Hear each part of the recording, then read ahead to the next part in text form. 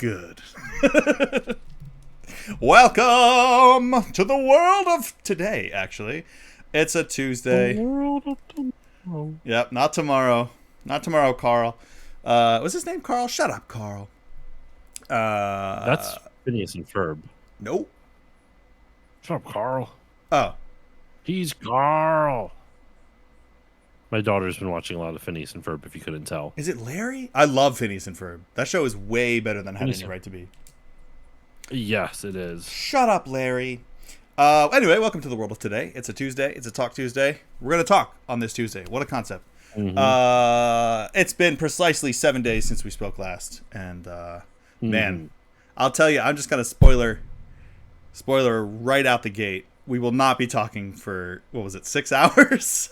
4 hours? It was a long time. It was like 5 hours, because we started at like 8:30, 8:45, and we didn't get done until 1 a.m. Yeah. That's usually how things go between you and I, in person or otherwise. Things usually go until 1 a.m. Yeah, it's not gonna be that long, but we'll see how things go. Gilmer is here. See, I swear, Hey, what's up, Gilmer? every time we talk about inappropriate things, Gilmer is lurking. How's it going, sir? Well, this is the first time in a while. It's the first time in a while. That's true. There was a couple weeks we were talking about inappropriate things, and Gilmer didn't show up. He missed the He call. didn't see the Gilmer signal, He missed. which happens to be just like a silhouette of a penis on a cloud. Yeah. Shaft and balls, just kind of like an upside down, stretched out Mickey Mouse. It's been kind of clear skies, so it hasn't been cloudy enough for Gilmer to see the shaft signal. he can't see the Gilmer signal. Yeah. And the shaft signal is I don't not for the character Shaft. Shaft. But he is one bad mother. Shut your mouth. But we do use that. We do blare that song when we send up the Gilmer signal. Yeah, we do. We do. Shaft and balls. My wife is looking at me side-eyed. That's better than looking at you cockeyed. Not clouded. Yeah. Anyway, welcome to the stream, Mrs. Gilmer. Your husband has contributed quite a lot to our show. And I do mean a lot. That would only be me with one eye then. Yeah, exactly. Cockeyed. The one. Hey. Yes, thank you for contributing every inch that you contribute to this show, Gilmer. And we're already banned from Twitch. Since we are banned, we can talk about anything we want. So I got this great idea for a charity. Nope, we're not doing this. I know. Not doing this. If you want to know that joke, you'll have to tune into our completely unrecorded off-mic podcast that happens before we go live. Patrons, It's either cripplingly sad or outrageously funny. yeah, a little bit of both. A little column A, a little column B. You don't really know what you're gonna get. Yeah. Patrons can get access to it for $1 million a month. Yeah. You really never know what you're gonna get. It's a wild card Tuesday, if you will, before we start recording. Sometimes it's like, oh my god, dude, I'm so depressed. The fucking state of the world is horrible. Or it could just be inappropriateness. And John Cena. That's all I'll say. Anyway, how has the last 24 times 7 hours of your life been, Josh? Anything fun and exciting? Other than dealing with mice in our house, which I ended up buying a bunch of mouse traps and some, I found out they don't like peppermint, the smell of peppermint. So I got these, little baggies that have, some, almost looks like potpourri or something in it. Huh. But it's strong smelling, and I put them down in the basement where I'm pretty sure they get in. So it'll hopefully dissuade them from coming that way. That's what Big Mouse wants you to think. Mice actually love peppermint. Well, They're like, oh we shit, already free caught peppermint? one we did catch one in a mousetrap already, so that's good. And I Uh, have 3 others set up. I'm waiting to see. There was one there was literally poop on top, like mouse poop on top of the like the spot that it's supposed to crawl into. And I'm like, you son of a bitch. he's like, here's what I think of your trap. Take this. Pretty much. Good old snap Pretty much. traps. Yeah, snap traps and clap traps. You know, I never got into Borderlands. I kind of wish I did because the newer ones look pretty cool. Borderlands 1, I think it would be really fun if we played it co-op. If like you and like if you had got it for PC and we played it co-op. Yeah. Cuz it's a lot more fun of a co-op game than it is solo. Yeah, I can imagine. I just because well, yeah, the only time I played it was in like 2009 or whatever when the first one came out. Because I was working at GameStop and it was a big deal and everyone was into it. Checked it out. I don't think it came. Did it come out in '09? I thought it was. It's, Hold on. It's You been. might be right though. It might even be '08. It Yeah, might it's even been. be. Yeah, it's been a long time since the first one. '09. Holy Yeah. fuck! Wow. Yeah. That game is gonna be 2 decades soon. Yeah. I mean, they're probably just gonna That's like fucked up. remaster the first one or remake the first one. My biggest. I mean, I played a lot of the original Borderlands. Hold on, I'll have to see how many hours I logged on Steam because it's a lot. Yeah. But I logged a lot of hours on it, and I also remember the advertisement at GameStop. You know, there ain't no rest for the wicked. Yes! Money don't grow on trees. Dude. 95 hours. I logged 95 hours in that game. That's respectable. Wait, were you working at GameStop at that time? I don't. What year did you work there? No, I think. That was like I 2012. think I was working at. Yeah, I think I was working at GameStop in like 2012 or so. Okay. Old Drew Kinsey working at GameStop. Yeah. As a wee lad is right. I think I started that job when I was 19, so still technically a teenager. Yeah. And yeah, that song came on. That's one of those songs that I hated the GameStop TV so much because it was only the same like 10 clips over and over and over. But there were certain ones where I would come full circle, where I would start and I'd be like, oh, that's kind of a cool song. And then I would grow to hate it after hearing it all day, every day for, 40 plus hours a week. And then some of them worked their way completely back around. So that one, it was Boom Boom Pow by Black Eyed Peas.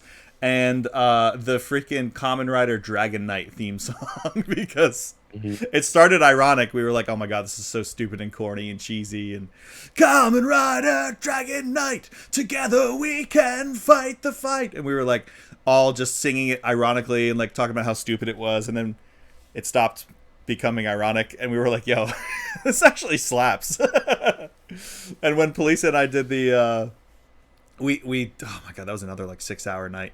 We watched, reacted to, and ranked every Kamen Rider opening like we did with Super Sentai a year prior. I remember that. Yeah. Not watching, but I remember you talking about it. I wish you had watched.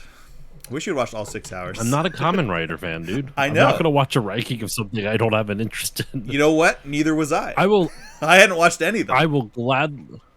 I will gladly listen to like an overview of something I've never like like I'll listen to like a Retronauts episode of a game I've never played before or something like that. Yeah. But if it's like a full on ranking, I'm like, oh, that's a lot. Yeah. Well, the cool thing was like I'm obviously we're into tokusatsu as a genre enough. We like the Super Sentais enough. We've seen some of them. But it was completely blind for us for the Kamen Rider, which is why it was so fun, because it was like purely judging on the song, which it's basically live action anime. So all the songs, just about all the songs, were absolute bangers. The visuals, the character designs and stuff, and like the themes of the show, and how much it made you want to watch it. And so there were some people that were getting heated. Those are some of our like best performing videos on YouTube, because people were like, a lot of people from Indonesia, which like big fan base in Indonesia there for Kamen Rider, we're just coming in and just like, please react to this and do this and do this and Jet Jaguar and do all these other shows, and like giving context for some of the things that we either missed or got right or got wrong. And it was a ton of fun. And because of that ranking, now I've started watching a couple of the shows, and it's been a good time. it's corny. It's still people in spandex and armor fighting rubber suited monsters, so it's it can only be a certain level. Like you have to kind of go in with a bit of goofiness, or take a little bit of goofiness. But yeah, it was awesome. I love watching along. Normally, I don't watch any of my content back. The Sentai ranking and the Kamen Rider rankings are ones that I watch back all the time or at least listen to, because I think they're hilarious, and now I feel weird for talking about my own content. Anyway, you shouldn't. If you talk about stuff you're proud of. Yeah, I am. And it's great conversation, and both of us, as you can see, Cutie Pie P-chan is in the chat. There's Belisa. That's some of our best work, honestly. And it's just kind of a look into like what every day looks like for us, because we just talk about. We just deep dive, because she's not like a designer, but she's still in a creative field. She's like she's just acting and modeling and stuff, so she gets a lot of the same things. So we can like deep dive on like themes and visual language for a while. Anyway, I'll allow you to talk about your own content. Thank you, Gilmer. I appreciate the. All my wife and I do is just we parent, and then we might watch some Dropout, and then I go edit podcasts. That's my night usually. Well, yeah, it's still a good night. I'm in the middle of actually editing the Final Fantasy draft. Nice. Which I think it was like 2 hours and 50 minutes was the total run, like recorded time or something like that. It was a long recording session, and think I've edited out about 10 minutes or so of just like stuff that needed to get cut, breaks and whatnot. I'm about halfway through. Yeah. Okay. FFFD. Yes. YESSS. Yeah. So, well, speaking of that, you told me off mic that you were unavailable next week. So there's a good chance that Jimmy Doom, if he's free, Jimmy, if you're in the chat, let me know if you want to do this. If not, I'll just text him. We had been talking about at some point doing something similar for Star Wars, because I don't know if you know, we're both big Star Wars nerds. So we may try to do some kind of draft. Jimmy is here. We're doing feet cams. Oh, yeah. Yeah, I thought it'd be cool to do some kind of Star Wars draft. Well, we'll have to talk deets. You don't have to. Oh, God, no. Gilmer's not a feet guy. That's okay. I'm not either. I appreciate a nice foot. A clean foot, but I'm not like, yo, show me them sweaty piggies. Nah. I think that should be the entire clip. I appreciate a nice foot, and that's it. It cuts off right there. Yeah. We're cutting the feet off. Like, what? Yeah. Oh, my word. Oh, my God. But yeah, so some kind of content will be, some sort of alternate form content will be for Talk Tuesday next week. We'll figure all that out. I can at least share what I'm like. I'm willing to share who I'm like. The topic that I'm recording about next week, because my guest. It's basically my guest is a guy named Joe Borey, and Joe is he's a cool guy. He has a Kickstarter that's going live on August 18th. So I'm going to record the episode, obviously a week before that, and then it'll be out during the Kickstarter campaign. But he's done a few Kickstarter campaigns. One was like retro video game stands, and it's like these display stands, like these 3D printed display stands that you can use to like display your cartridges and stuff like that. Yeah, I kickstarted really those when they were up several years ago now for the yeah, Game it was Boy like ones. 2021, I think. Yeah. So that was him. So he has another one that he's starting, and he's doing a self-published book called Beyond the NES, and it's a book that it's not like a look at the entire Famicom library, Famicom meaning the Japanese NES, excuse me. But it's a curated look at it, where he kind of like hand selects.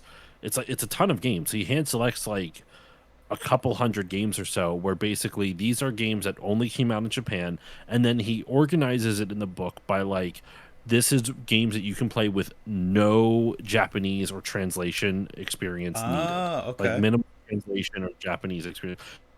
and here's like kind of like an idea of what they are. So if you have an idea of it, Nice. then there's like minimal translation needed, and then like heavy translation. He has the book broken up into sections Yeah. like that. He's also interviewed cool people, like cool content creators who've done a lot of stuff with the Famicom. So it's kind of talking about like their experience with the system, like what attracted them to like the Japanese side of the NES, the Japanese exclusive side. Yeah. So Shout out to cool people. it's a really cool.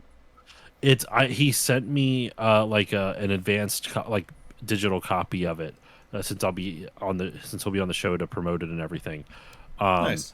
and I don't like normally go crazy for like you can check out the Kickstarter is live now. I might as a mod I might be able to put it in chat.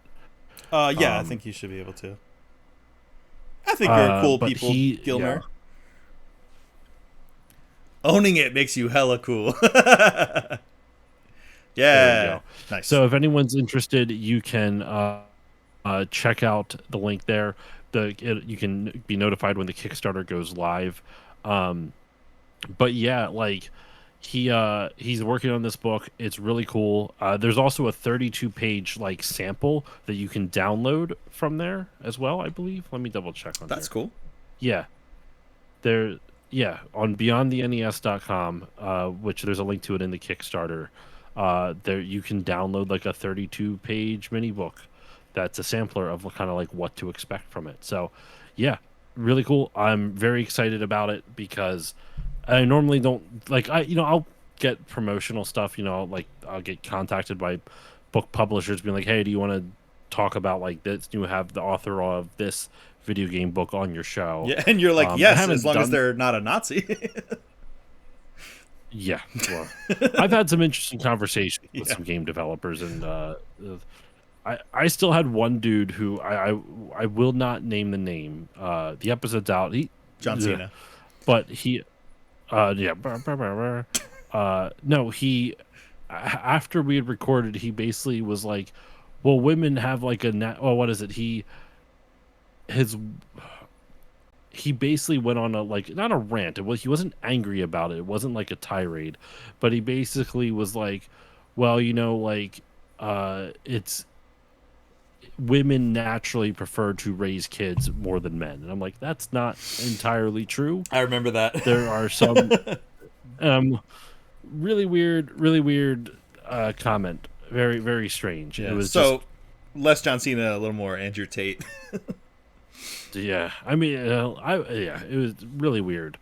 But yeah, so Joe here is a good dude, though, not a Nice. Nazi. I can confirm.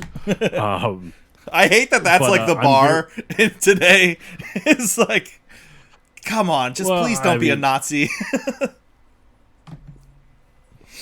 yeah, yeah. I don't know, I was talking to someone not about. I was talking to I was talking to someone something in these lines, not about like obviously you write off Nazis and whatnots and fascists, but I was talking to a buddy of mine, and just kind of talking about how like at least on the like more liberal leftist side of the internet, there are so many fucking purity tests. Like if you are not like the most like leftist liberal person ever, if you have like some type of if you have like one take that people disagree with, they roast you alive. Perfect example. You know who Hank Green is, the science educator? Name sounds familiar. You may have talked about him before. He's been on Dropout a few times. He's more famous for his YouTube channel. Like so his brother John Green wrote The Fault in Our Stars. I'm pretty sure he wrote that. Okay. But his brother John is a you do, yeah. So Hank, he's a science educator, like a really prolific, like left-leaning science creator. Not left-leaning is not the most important thing, but he like created a company that he basically gives away like science lectures and stuff for free to schools for whatnot. It's really cool. So he enemies, we hunger for our neighbors. Sun Tzu or Hank Tzu. Damn it, Sun Tzu. Boo. but he admitted like last week sometime that he has been using like LLMs, like AI, chatbots to help with Uh, research. And he admitted it and said, this was a problem and I'm stopping it and I'm like working on this.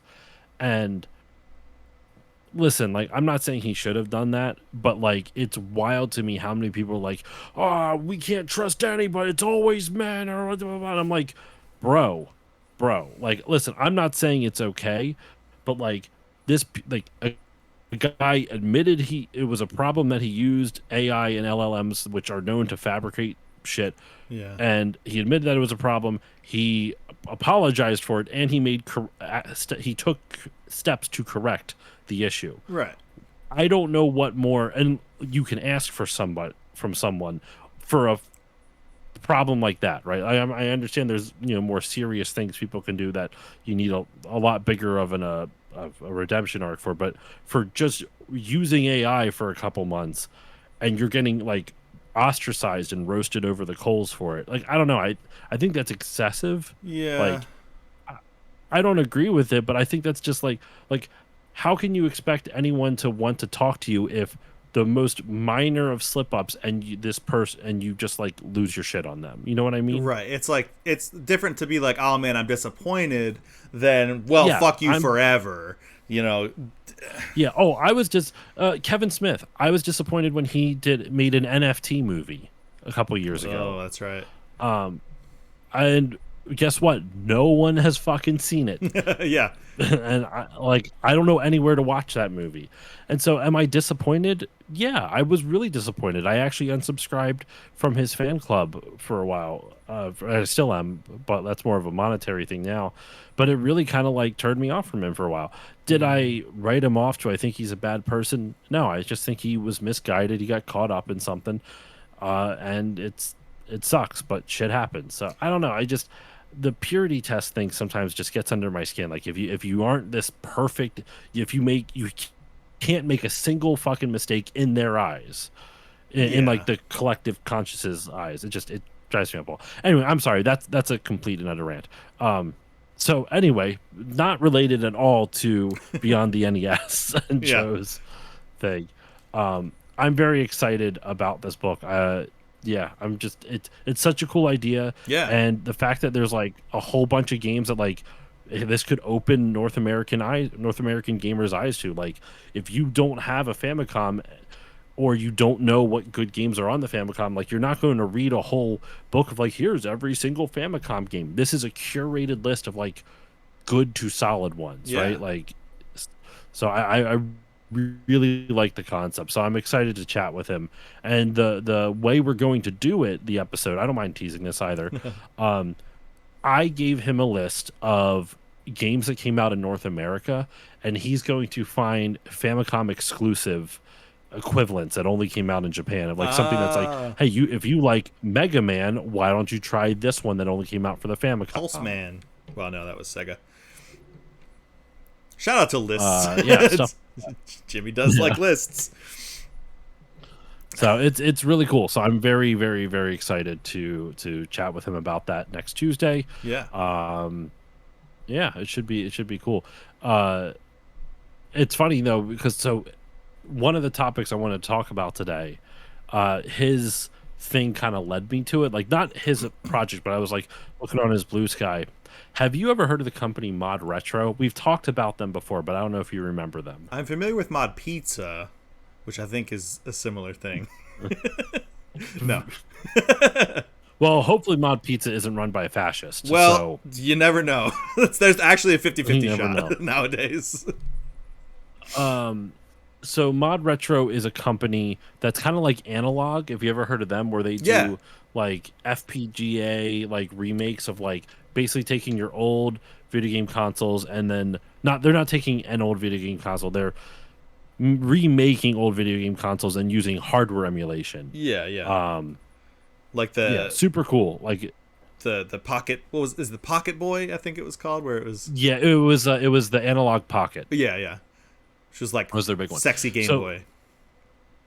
yeah, so the Mod Retro also makes stuff like that. They have their own version of a Game Boy, and they also have a new one that's coming out for the N64, just called the M64. Right. Right. Um, And Joe posted about it just saying like don't get it, but I agree with him, and I kind of just wanted to, I don't know if this is a discussion or just kind of like a venting thing, but I'm so tired of seeing shit for Mod Retro because so Mod Retro is owned by a dude named Palmer Luckey.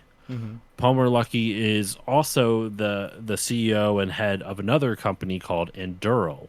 Endural is a drone manufacturing company, like for like weapons manufacturer, where they are government contracted weapons defense contracted company where they sell unpiloted like automated like robot drones to go and attack people.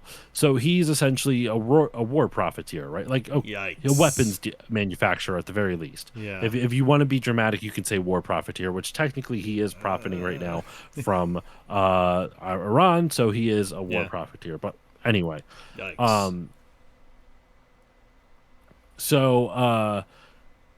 normally I'm not like, we kind of talked about this a little bit last week, I think, with the no ethical consumption under capitalism. We all kind of have to draw our lines somewhere. And listen, like, I'm not going to be mad at someone that I know for getting a Mod Retro console. Like, Palmer Luckey's rich as shit. You buying one of his consoles, while it's giving him money, it's a pittance compared to what he's earning from the government. But it's one of those things I just choose not to spend my money there. Yeah. And so much so, like, just to kind of like blend his things together, you could buy, he has a Game Boy version from Mod Retro, I forget what it's actually called, the Game Boy console they made. But they sell one that the shell is made of drone metal. Man, so, I wish that wasn't so cool sounding. I know, right? Damn. It's a bummer because like I'm all for more competition in this space. Like Analog has had its own host of issues. Stuff is expensive, all that shit. Apparently, takes but like Mod Retro, like I'm on the like Mod Retro, and I will give it to Mod Retro. You can buy them in like the M64 in like fantastic colors, which I think actually you could do on Analog as well. Now I think about it. But their Game Boy one was called the Chromatic, and it's like $200. So yeah, I guess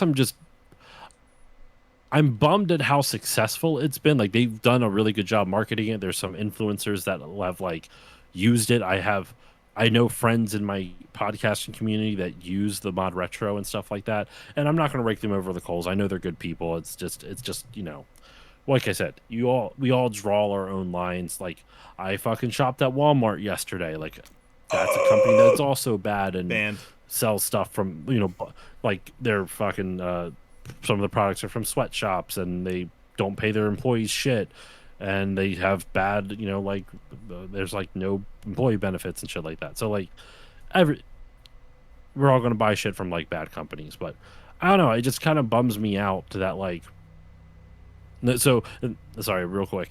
And the reason why I even wanted to bring this up is just cause I'm tired of seeing shit about Mod Retro.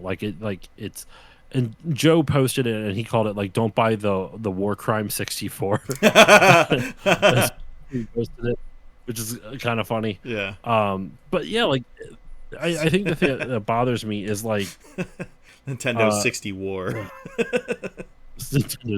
That's better. Holy shit! But like, you can go to Analog and buy stuff like right now. Like you can buy Analog Pocket is out of stock, but you can get like they'll eventually get more of those.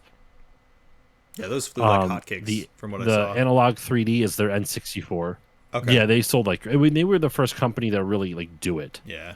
The Analog 3D is cheaper than the Mod Retro than the M64 by like $30. It's $270 for a black one, and a white one, and it's $299 for the fantastic colors, which is the same price as the Mod Retro anyway. So like you can get all of this if you really want to. Yeah, and it's half the cost of the upcoming PlayStation 6. Yeah, only thing that sucks is that the fucking their analog pockets are out of stock right now. But I meant to say a whatever. third. Those are two. Those are actually a little bit more expensive than what Mod Retro is, but it also does more. You can actually buy adapters to play like Sega Game Gear games and like Neo Geo Pocket games and other stuff like that. Nice. So I don't. It just. I think I just get tired of seeing stuff from Mod Retro and like people promoting it. I'm like, guys, like, why? And on top of that, the Argonaut Software, which is the company that made Croc, they actually re-released. They remember the Croc games from PS1. So they re-released Croc recently, like an HD remake type of thing. They're re-releasing an N64 game, and I can't remember the name of it. I will look it up right now. They're re-releasing an N64 game, but it's being published through Mod Retro, and I'm just kind of like, it's really a bummer, and it's what is it? Buck Bumble for the N. What about N64. Now? It's time to rock with the biggity Buck Bumble. Holy shit, that's still deep in there somewhere. Bump to the bump to the bump to the bass, bump to the bump to the bumble. I've never even heard that. Yo, Buck Bumble was fire. Jimmy is right. That game is great. I mean, I don't know how well it's held up, but I had a lot of fun with it as a kid, and that opening song is gas. So you can buy a physical reprint. You can buy it from Mod Retro if you really want to, but that's the thing. It's just they also have like other like games that you can buy for it. Like they have like indie games that were published for it and stuff like that. I don't know. It's just I'm just bummed, man, because it's like so many other companies like Argonaut makes cool games, and now they're publishing shit with like quite literally a fascist at least a company that's owned by a fascist. Yeah, that's not a, because Palmer Luckey has said some fucked up shit and has donated to some fucked up things. Palmer also, Luckey. He looks like a tool. Palmer Luckey is such a like Wild West villain name. Palmer Luckey is dude. You should see what he looks like. Really? He's kind of got like he's got a bigger face. He's got like a really pronounced goatee and like a mullet going straight back. Black cowboy hat. I know, right? Dang. He's one mean hombre. The sheriff's in town. I don't know. So yeah, it just kind of I don't know. Bummed out about it. Yeah, Palmer Luckey. It's got a there's pictures of him. There's a picture of him like posing next to one of his drones. He's got he's wearing like a Hawaiian shirt, khaki shorts, and like fucking Birkenstock sandals, and he's got a mullet here, and then a fucking goatee, dude. It's really weird though. So he became famous because he created Oculus Rift. Oh, okay. So he started Oculus VR. And yeah, just I don't know, just bums me out. I don't really have. I've been kind of stretching this out probably longer than I needed to, but it just bums me out. What a callback to our off mic conversation. Not doing it. You don't have to. Yeah, that kind of sucks. I can segue out with a funny post about the Oculus that I saw today. That was like, sure. I saw it was like. I found out my son is using the Oculus for porn, and I'm so disappointed. He's had it for months, and he now only discovered it. That'd be like the first thing. It was just something like, I'm disappointed. Like his son discovered porn after a month on Oculus? It was like that would have been the first thing I would have done. The internet is for porn, Jimmy, at least according to Avenue Q. Which I've never seen. And what's the fucking unwritten rule of the internet? Rule number whatever? 34. Because it's not unwritten. Is that it's written. What it is? Yeah, something like that. Rule 34. If it exists, there's porn of it. And Gilmer just messaged me on on Discord saying all I needed to do was Google Palmer Lucky, and he sent me a picture of it. Do not buy the War Crime 64 was a Reddit post from 5 days ago. The War Crime 64. That's great. That's funny. Well, anyway, sorry for that somewhat long rant. I'm deeply disappointed by that. Yeah, that is pretty disappointing. As Hercules would say, disappointed. Which aptly fits fucking Kevin Sorbo's. That's true. Oh my god, fuck that guy. Do you know about the God's Not Dead movies? Yes, I watched the first one, and it was when I was still a Christian. I was very moved by it. Wow, yeah.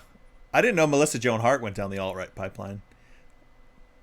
I don't want Clarissa to explain it all. But though, what is it? I saw a post somewhat recently where like she actually went. I don't know. Yeah, she's conservative. I don't know if she's full alt-right, but she is conservative. Dude is one of the worst sci-fi series of the 90s time, Andromeda. Fuck, it was that bad. Watching one episode to join the hate. Oh, okay. Nice. Yeah, I don't... What episode of what? Hercules? I'm lost. No, I think he's saying Andromeda. What's Andromeda? I think it's one of the worst sci-fi series of the 90s. I'm assuming Kevin Sorbo's in it. I think he meant to say dude is in one of the worst sci-fi series. Oh, yes, he is. I don't know if it could be worse than Hercules. I really don't. Disappointed! It went for 5 years. Andromeda? 2000 to 2005. Damn. Xena was far better, Gilmer. And that show was still booty cheeks. But it was way better than Hercules.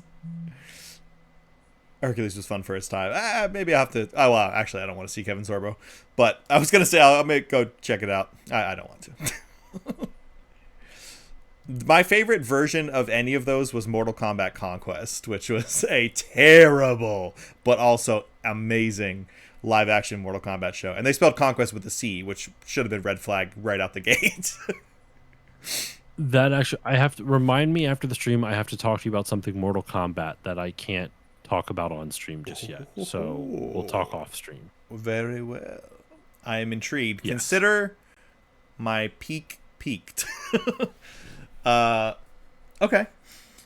Well, I can talk about some things that I experienced. I don't have a ton to talk about this week, so it's good that we went a little bit beforehand. Well, I have other stuff to go on to talk about too, but I switch back and forth, obviously. Okay. Gilmer doesn't want to know about my peak. I'm sorry to hear that. You're gonna. It's okay. He has pants on this It's okay. time. He has pants on. Did I tell you that I forgot to wear pants the other day for a stream? Yes, you did. Oh my god. That was... And I was like, no pun intended, deep into it before I realized. I was like... Because it's so hot. I'll just tell anyone this story who's hasn't heard. It was so hot. Normally when I come home, I just de-pants. Still got, boxers on, obviously. But I started my stream and I was playing and I was like laughing at something and I like slapped my leg and I was like, there was a lot of skin. And I was like, and I looked down and I'm like, I'm not wearing pants. Sweet. There was a lot of skin. The Andrew Kinsey story. Yeah. There was a lot of... That was after my... what do they call that surgery when you...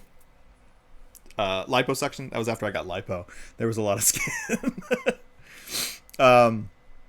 Anyway, on to anything else. Something that I experienced is... you probably saw if you watched my stream yesterday, anyone. Started the Halo remake. The Halo 1 campaign evolved. I've heard mixed reviews on it. Yeah. I was like... I'm gonna play it. Like, it's... Halo 1 is my number 3 favorite game of all time. And I was like... It could be garbage, but it looks really pretty. Insert chanting here. What's your number 1? Where is my it Oddworld? Yeah, where my tattoo's from. Oddworld, Abe's Odyssey specifically. Yeah. What's number 2 then? Is it another Oddworld? No, I think it's Ninja Gaiden Black. Okay. Okay. Um, Okay. So Oddworld being number one. I mean, if we're talking lists, Ninja let Man me and Black bust out my Widow. Google Doc that I have them all written down on. Well, don't get too sidetracked. Let's focus on Halo while you're bringing out the list. I'm already here. Top 10 games of the experience point. Number 10. This is not hasn't been updated in a couple years, but number 10, Legend of Zelda: Ocarina of Time. Number 9, Nier Automata. Number 8, Phantom Dust. Number 7, Banjo-Kazooie. Number 6, Jet Set Radio Future. Number 5, Pokemon Heart Gold. Number 4, Bomberman 64. Number 3, Halo Combat Evolved. Number 2, Ninja Gaiden Black. Number 1, Oddworld Apes Odyssey. That's them. I might have to like really think about like what my top 10 would be. I don't have one. Like, there's games that I really like, but like I've said before, I have such a hard time of being like, this is my favorite of like whatever. I like games for different reasons because like there'll be other games where like the gameplay just like really like I get sucked into it, but the story, but like it doesn't necessarily always affect me emotionally. But like a game that really truly like has stuck with me years later, like BioShock Infinite. Yeah. But I don't think that's in my top 5, but it's still great. Huh. I don't know. I don't know what my all-time favorite games would be. I can tell you right now, Near Replicant's nowhere near in the top 50. But but look how moved you were. Yeah, listeners or viewers and watchers later on, you'll have to. That's a teaser for when that episode drops in September. Right. I was gonna say, oh, it should already be out, but nope. Only the first half of that episode is out. Yep, that'll come out in September, and you are in for a treat. That episode is one of the most animated you'll ever see on this channel. I am a nerd, Gilmer. Mainly for me, I don't get animated all that often. I know, which is funny because we talked about that the first half of the episode. I realized I don't have a single Mortal Kombat game on my top 10. A self-professed Mortal Kombat superfan over here. Yeah, but like out of franchises, you would probably put Mortal Kombat in your top 5. Yeah, gaming franchises, it might be second. There's a, I mean, what do you consider a franchise? Being number 1, I'm assuming. Okay, maybe third. It depends what you consider a franchise. Like, more than one game is more than one game a franchise. I guess so. Technically, yes. I would say it depends on like what game, like which one would you think would beat Mortal Kombat that might only have 2 games, Nier, or 2 or 3. I think it's Nier has technically 3. There was a mobile game. I think that's fair because that world expands out into things like there's like Drakengard is part of that universe too. Even though you haven't played it, like it's like I have played it. It's just not very good. Well, okay, I shouldn't say that. It's not really for me. It's basically Dynasty Warriors. So some people might like it. It's Dynasty Warriors meets whatever that dragon flying game launch title for the PS3 was, Lair. Oh well, if it's Dynasty Warriors, it's better than Near Replicant. Okay, get out of my life. Also, you get out of my life, Gilmer. I'm fine with you saying you don't like fighting games and they're not for you, but you don't get to say that they are trash just because you don't like them. Because I would sit here all day and be like, RTSs are trash just because I personally don't like them. You realize how I'm not the one saying this. Why are you attacking me? I'm not talking to you. I'm talking to Gilmer. I would say, oh, RTS games are so boring. That means they suck. They're trash games. I hate them. I'm so narcissistic that I'm going to say a blanket statement about something that I personally don't like because I didn't like it. Fuck out of here. Well, I mean, that makes you correct then by saying the blanket statement. What? I'm making a joke. Nothing. I was trying to make a joke that I usually do, where it's like, where I go like, I'm correct because it's the correct opinion. Oh yeah. The joke I usually make. So I was saying for you, you're like, well, you said it definitively, so you're correct. Right. I said it louder than anyone else, which means I'm right. Exactly. Yeah. Jimmy's trying to rile Josh up. Here it comes. Jimmy, don't rile up the dog. I will say I have gotten less angry at Dark Souls since I've done so many rants on these streams. Like now when I see it, I don't feel the little pricklies on my skin being like, I gotta talk about it. Yeah, I feel fine right now. it gets it out of your system. But just you wait. Yeah, I'll probably get it up there again. It'll happen. I'll get it up again. He always does, especially around Dark Souls. Yeah, it's just this microphone just starts like.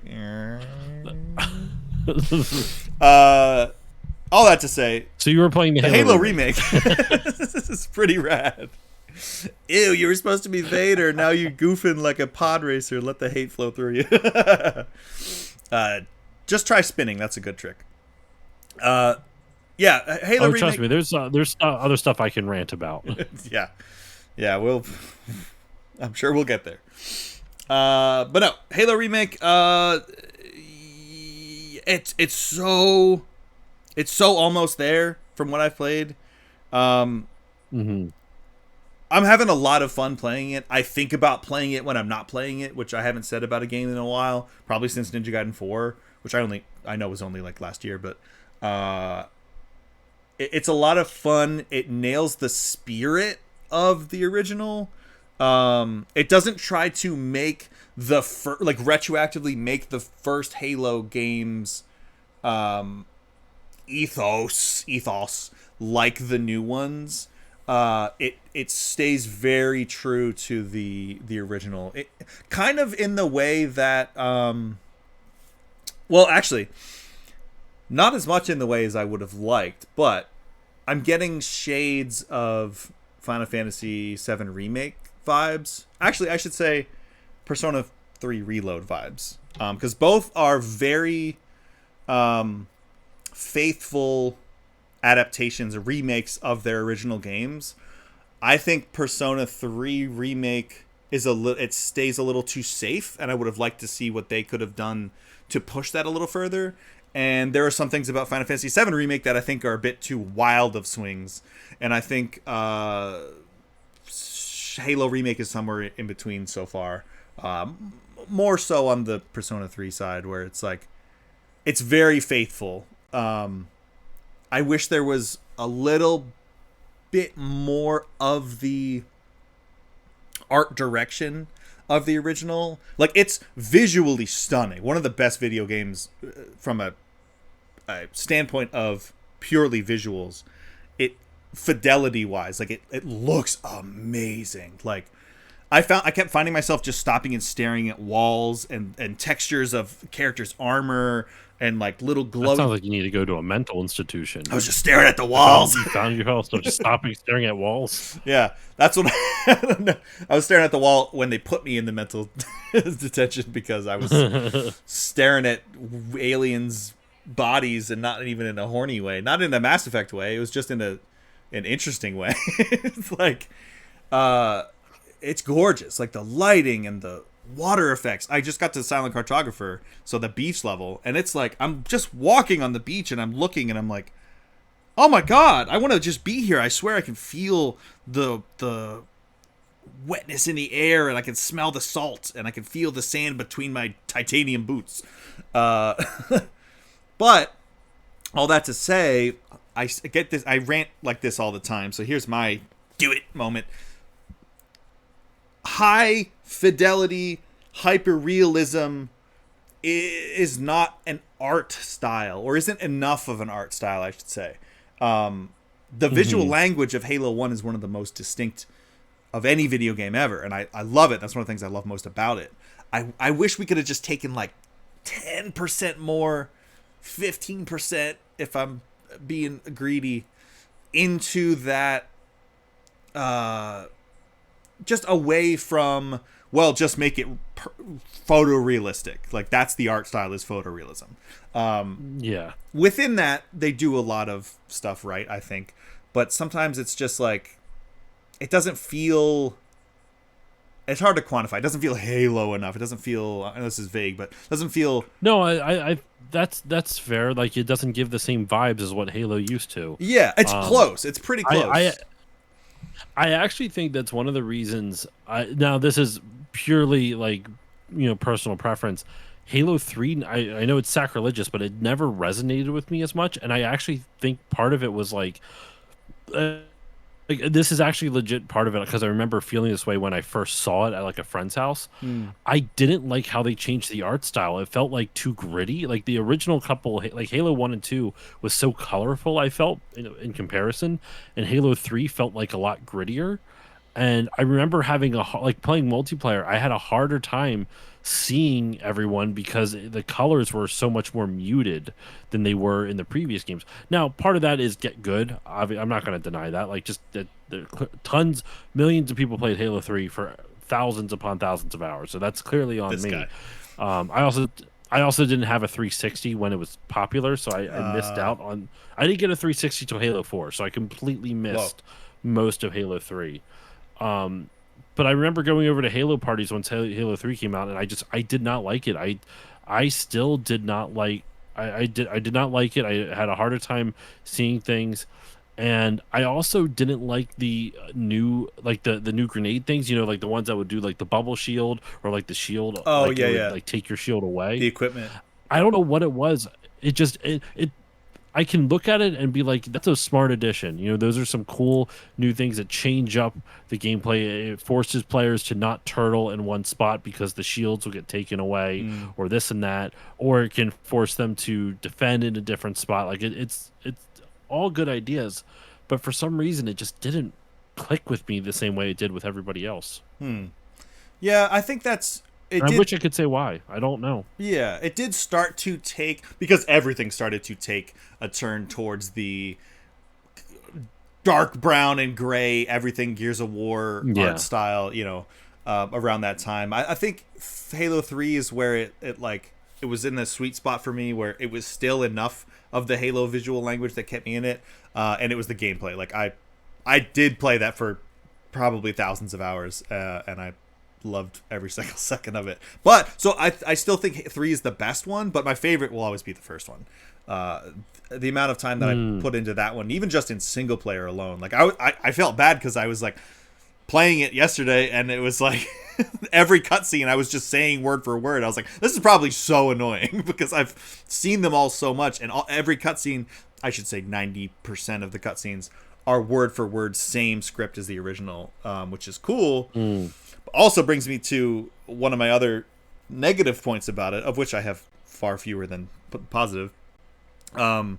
They re-record. They kept a lot of the same voice lines from the original, which is cool. It's awesome to hear the grunts still going like "Can't run with thing on back," or or there he is.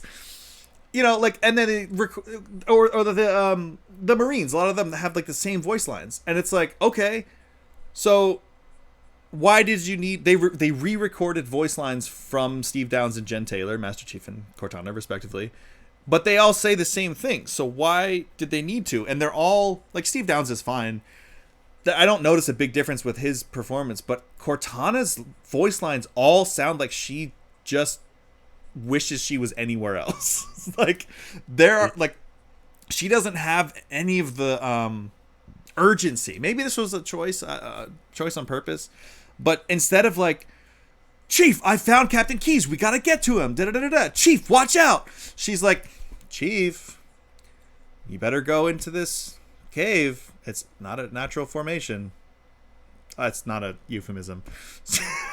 Like, Yeah. she's just like, oh no, Yeah, are you all right?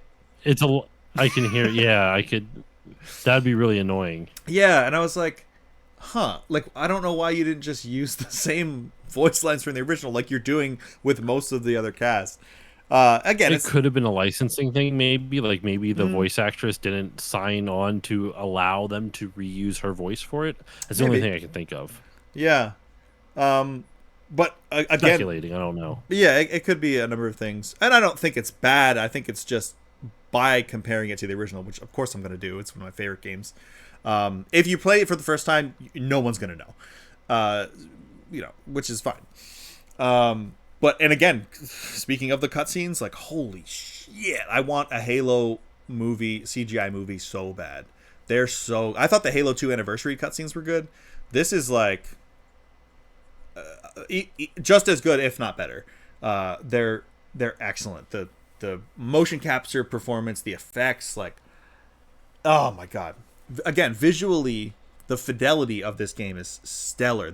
I was staring again. I was staring at a wall, and there was like this pearlescent effect to some of the alien structures. That's like literally, it looked like I was looking at, if you've looked at like an opal before, like the stone, how it's like white and flecked, and then but there's this rainbow like oil slick sheen that's barely perceptible to it. And they somehow managed to recreate that in a video game where as you walk around, it shifts with how the light hits it. And I was just like, oh my god, this is like the prettiest game I think I've ever seen. That being said, there's really high contrast, and it's really hard to see enemies sometimes, especially in the dark. It's really what? Sorry? It's really hard to see. It's really what? Oh, okay. Are we breaking up? Are you breaking up with me? No, you cut out for a second. Can you hear me, though? Yeah, I can hear you. Okay. So, okay, go on. Yeah, Continue. I found so many points, again, because it doesn't have like quite the art direction of the original where stuff just popped like super clean. It's really hard to see enemies sometimes if they're not right in front of your face, and then if they are right in front of your face, because there's so much more particle effects and like screen effects when stuff's blowing up in your face, you're like, I don't even know what is happening. Like it's very chaotic. It's hard to see when stuff's right up in your face, and it's hard to see when stuff's really far away. But at that mid range, it's like ooh, sweet spot. Another thing I noticed was the frame rate. I only noticed this on Truth and Reconciliation, which if you know, that level is like alien ship. There's just glowing shit everywhere, and there's like a crap ton of enemies at once. The frame rate on the game itself doesn't dip, but the characters, like the enemies running and stuff, and even like your teammates, it looks like a stop motion if there's too much stuff going on, and it's like woof, it gets real bad if it's like if there's too much stuff going on. I'm playing on PS5. I mean, it's probably better if you play on like a really high PC. But the performance of the game itself is still smooth, so you don't feel like you're lagging or anything. But when there's a lot going on, you'll see like they're cutting out some frames of animation of the enemy characters as they're running and stuff, and sometimes it can cause some weird issues. But this is all pretty nitpicky. Overall, I'm having a great time, and it's super fun. If you like the original Halo, or just want to see what Halo games are looking like nowadays, I would definitely say check it out. I think it's rad. I think it's only $50 because it's single player only. So at least you don't have to drop $70 for a 13 level single player campaign. Speaking of 13 level, there's 3 new levels that take place before the game. There's some weird lore stuff, weird lore choices. There's some good lore choices. They kind of feel like they were cut and pasted from levels from the rest of the game. And they were pretty good. They were okay. I don't know if they're necessary, but they were pretty fun. You get to play alongside Johnson for all 3, which is cool. Did they get the same voice actor for Johnson? No, it's a new guy, and he does a really good job because he sounds younger. Okay. You know, by the time we get to Halo 3, that Johnson is like old. He's graying. But this is like a younger guy. He looks a little bit more like I don't know, like Jax from Mortal Kombat. Younger Jax, I should say. Closer to the a little bit younger than the guy he's based off of, which is the colonel or the sergeant in Aliens. But yeah, I'm liking it a lot so far. And the stuff that they've brought in gameplay wise from the newer ones, like there is the equipment in this one, like you said, but I don't think there's any new equipment that wasn't in the first one. But when you pick up like an overshield or a cloaking thing, it doesn't just use automatically like it did in the original. When you step on it, it'll assign to a button, and then you can choose when you want to use it, which is cool. They added the energy sword. There's weapons from newer games, like the needle rifle is in it. SMGs from Halo 2 onwards. but none of it feels like egregious. Like at first when I picked up the battle rifle, I was like, this feels we weren't supposed to have this yet. Or like this is Halo 2. Yeah, I'm like, or pick up the sword. It's like, we weren't supposed to have the swords. But then I remember to being 13 years old and being like, man, I wish you could pick up the sword. So overall, I think the choices they made were the right ones. It feels like you're playing Halo 1, which is really all that matters at the end of the day. I'm liking it a lot. And I know I referenced Persona 3 Reload. That is something that I've actually been experiencing as well. Police and I have been playing that, which is so faithful to the original. Like I feel like I played this already, only with like an incredibly beautiful new coat of paint. Is your son behind you? We're not doing that again. Remember when he said nobody was laughing at that joke? Jimmy was like on Instagram, like I was dying laughing. I don't want to do that again. Well, we don't have to. I'm just talking about it. What I was trying to find was this. Hey. I'm pretty sure I have. This is Persona 3 Portable though for the PS4. Okay. If you have any inkling to play, I don't think that's the same thing, right? No, that's just the. It's just an updated version that was on the PSP, which just has some more content, but it's still based off of the PS2 one. It's a limited run release too. Oh yeah, yeah. If you have any inkling to play that, I have not played it yet. If you ever plan to, I would just say pick up Reload instead. It's so much better. It's so faithful. I'm not going to buy a third version of this game. I already own it for the PS2. Really? And I own it for this. I'm not going to buy a third version of it. Well, you should sell those two to fund the new one. No. I highly recommend it to anyone who is interested in the series, though. It's excellent. God, it's so good. I love the characters. I love the music. I liked the PS2 version. I got stuck on a boss, and I haven't gone back to it. That's the only reason. And like I was far into the game, like 50 some odd hours in. Like I wasn't like, and so it's frustrating because I liked the story. I actually liked how slow paced it was. It's dark as hell. I really too. liked it. Yeah, it was really good. Yeah, but man, it was just really, there was a boss fight and I cannot beat it for the life of me. So it was frustrating. Well, cool thing about the newer Persona games, Jimmy says never played one, but love their music. They're stellar. The stellar soundtracks.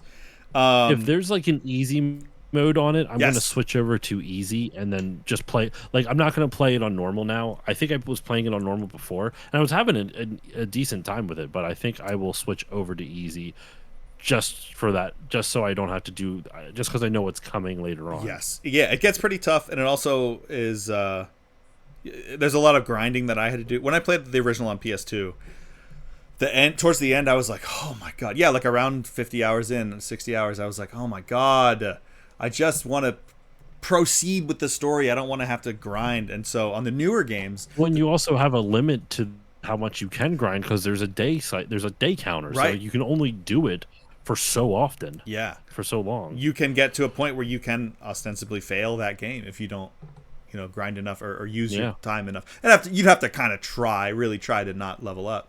But the newer, that all goes out the window with the newer games, because you can just, we're playing on easy. There's like story difficulty, which is basically like you're going to blow through everything. There's easy, which is like basically you can play through. It's still a challenge. You still have to choose the right things to do, but you'll never have to grind. And that I love that. That's like the perfect pace for an RPG for me. Like, if you want to put optional side bosses that are locked behind grinding, sure, but like, don't make me like be like, oh well, I got to make number go up, or else I can't win this fight, and it has nothing to do with skill. Like, now we're just gonna go fight the same enemy a bunch of times. That's another grind my gears, no pun intended, soapbox thing that I'll get on. As a kid, I never minded. As a kid, I never minded grinding in RPGs, but I also had more time. Like, that was fine. As an adult, man, I just don't have the time for it. Yeah, I don't want to. It's such a waste of time for me. I cannot stand it. I mean, I started Final Fantasy VI, and there were options like on the Pixel remasters, and it was like, do you want to level up faster? And I was like, yes. Do you want to turn off random encounters? And I was like, yes. Yes, I do, because I don't care. Like, I just want the story. I don't care about sitting and fighting the same thing for hours. Like, just to pad out the time. Like, God. I don't mind the random encounters, but as long as it's enough.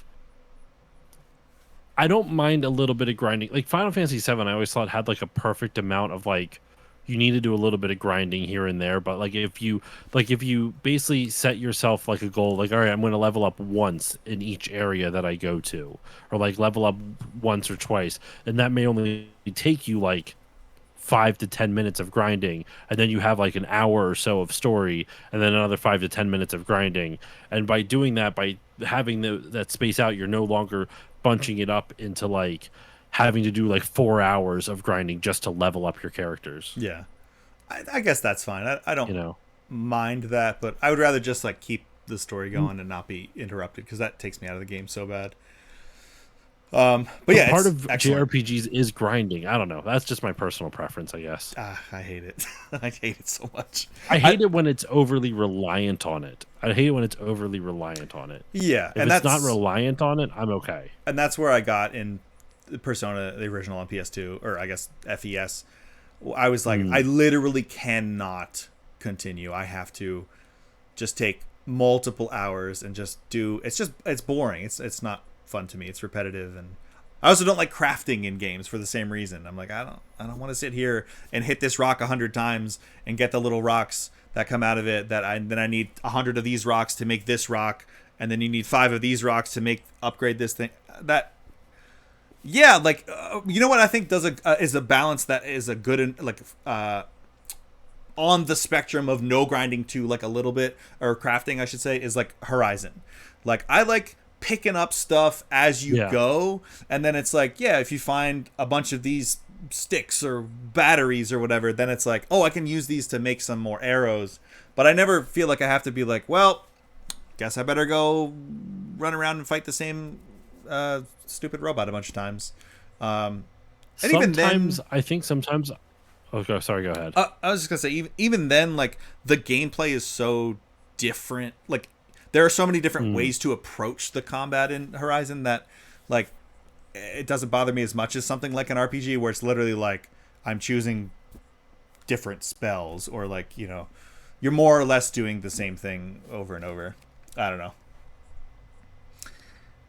I think sometimes I don't mind the grindy stuff, but it's only because I honestly will play grindy video games while I'm editing podcasts, because I can then listen to something and it's like keeping my ADHD brain just kind of occupied. Yeah.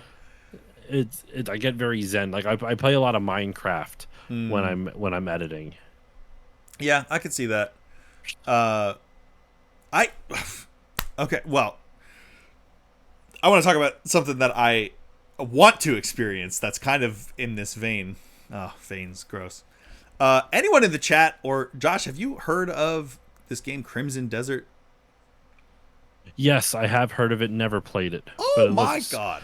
It looks interesting. It looks incredible. I'm seeing it get mid reviews, but from people that I'm seeing that are playing it, a lot of people are like, creators on the internet are like, I'm actually having a ton of fun. Like, I'm putting hundreds of hours into just exploring, and it looks like an incredible world to just explore and live in and be in and just do cool shit in. So much so that my feeds are now full of Crimson Desert clips and tips and like showing off all the cool stuff you can do. And then I actually like had a dream about it the other night. And I was like, I guess I gotta play this game, because it's been a long time since a game I have not even heard of or played taken up so much space in my mind. Like, I want to play it so bad. I feel like it's going to be one of those games in like 5 years. People are going to be like, man, people slept on this. Yeah. That's kind of like the vibe I'm getting off of it. I haven't seen much about it, but yeah. Jimmy says, my trusted consortium recommends that game to me often because of my love of Skyrim. I'll get around to it in like 2028. Well, if it's Skyrim, I'm not playing it. Wow, do we agree on something? I'm not a Skyrim fan, man. I'm not. I've tried. I've tried so many times to play that game, and I can't do it. Yeah. There's only one good way to play any Bethesda game, and unfortunately, it takes a lot of setup, and it's to mod the crap out of it and mod it to make it one function, because here's a hot take. Bethesda does not make good made games, like well-made games. They're buggy as all hell. Important NPCs will just fall through the freaking floor and lock you out of quests. They crash all the time. Like, you need to mod those games to make them playable, much less. I know, sorry, Jimmy, we talked about this before. The only way, and I think the combat's boring in all of them, because Yeah, like, that's my issue with it. you're slashing somebody in the face with a sword, and their health goes by 1 pixel.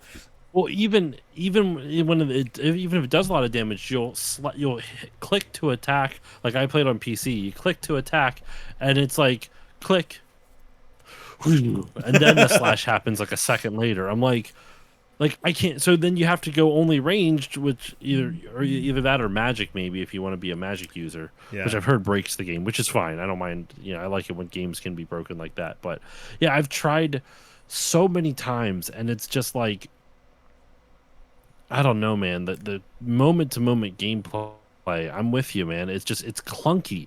The combat is clunky. The visual look of it is like someone just sprinkled dirt all over the landscape. And then all the people have like goofy looking heads, and let's not.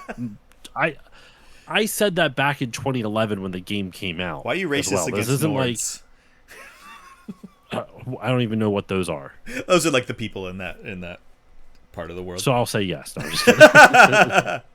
Oh man, that one the one quest line main guy would love you. He's like trying to eradicate them or something just because they're Norse. It's like, bro, are we doing medieval Hitler here? Yeah, I think it's Mittler. Not Mittler. I got to a place Mittler. once I modded it enough to make it one function and playable and not break and crash every 5 seconds. And 2, combat I had to like overhaul to be more my speed. I like these games, Bethesda games, and I mean Elder Scrolls and Fallout. I like them both when you can play as kind of like a glass cannon character, because it feels more immersive and realistic. Like, I don't want to sit there for 20 minutes and hit a guy with my sword until his health goes down and, hope that he doesn't hit me with his sword enough times for my health to go down. I want to, like, if I shoot a dude in the face with an arrow or a shotgun or stab somebody with a sword, I want them to die in a couple of hits. But that's not to say I want it to be easy, because I also want to die in a couple of hits. Like, if I get shot in the face with a shotgun or an arrow, I want to die immediately. Like, it makes you play smarter, and it's more immersive to me, and that's how I got to enjoy those games. That wouldn't be my speed, but I almost feel like I'd enjoy it if the combat was more hack and slash ish, where like it's a couple of hits to take out an enemy, right? Yeah. Like if you play a hack and slash game, it's like 3 or 4 hits, and they're usually like, and then the enemy goes down, right? Versus in Skyrim, it's clink, clank, clank, right? Block, swipe, clank, block, clank. swipe. Block. So it's like, I don't know. I found it boring, but the exploration's really cool. Yeah. A lot of the story quests were good. So there's some cool NPCs. I actually liked Oblivion, the visual, I think, more than Skyrim. Computer, how do I delete the computers? Computer, give this man cock and ball torture.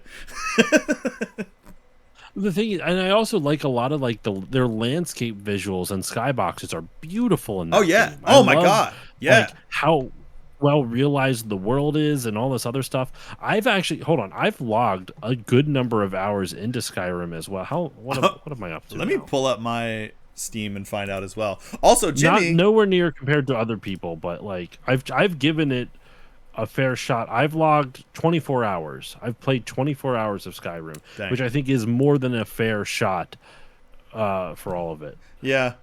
Jimmy, if you delete our computers, we can't play Skyrim. Let me see what I got, because I'm sure I got way more than that, because I actually did hyper focus on this game for a little while, many years ago now, but but it wasn't until like I literally every time I mod a new Bethesda game, it takes like all day, the previous day, just like looking through the mods on the freaking Nexus to see what I want, figuring out if they're compatible with each other, like that's a, and then troubleshooting. Let me see. I don't know actually if I didn't run it from Steam, I may not have hours. Is that under E for Elder Scrolls or S for Skyrim? I could just use the search function. Elder Scrolls. There's a handy little search function here. Just need big booby elves and Thomas the Tank Engine Dragon mod. How did you get my mod list? How did you know exactly what I modded? Elder Scrolls Skyrim, 377 hours. Okay, so I think that's more than a fair shot at this game. Yeah, I played a lot. Are you sure you didn't like it? Because 377 hours usually means you liked it. No. I liked it, but I had to like make it a game that I would like. I'm saying I don't like vanilla out of the box Skyrim or Fallout 3 or Oblivion.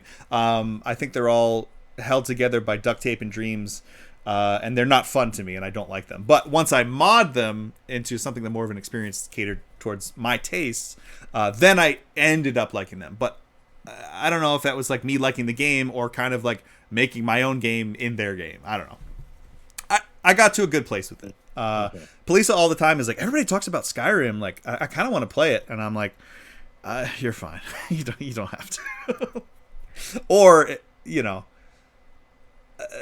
I don't know. I think there are just better medieval RPGs out there. I'd be like, try The Witcher before you play those. You know, or I've tried Witcher 2. I also couldn't get into it. No.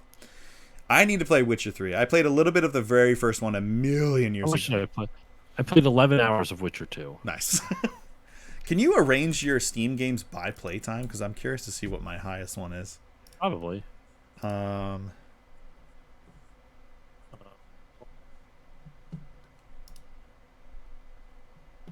It might be that. As far as PC games go, that one's I played almost 100 hours of Halo Infinite. Oh, hold on. You can sort your games by playtime in your profile. Okay. Yeah, I'm curious what I've played the most of. View my profile?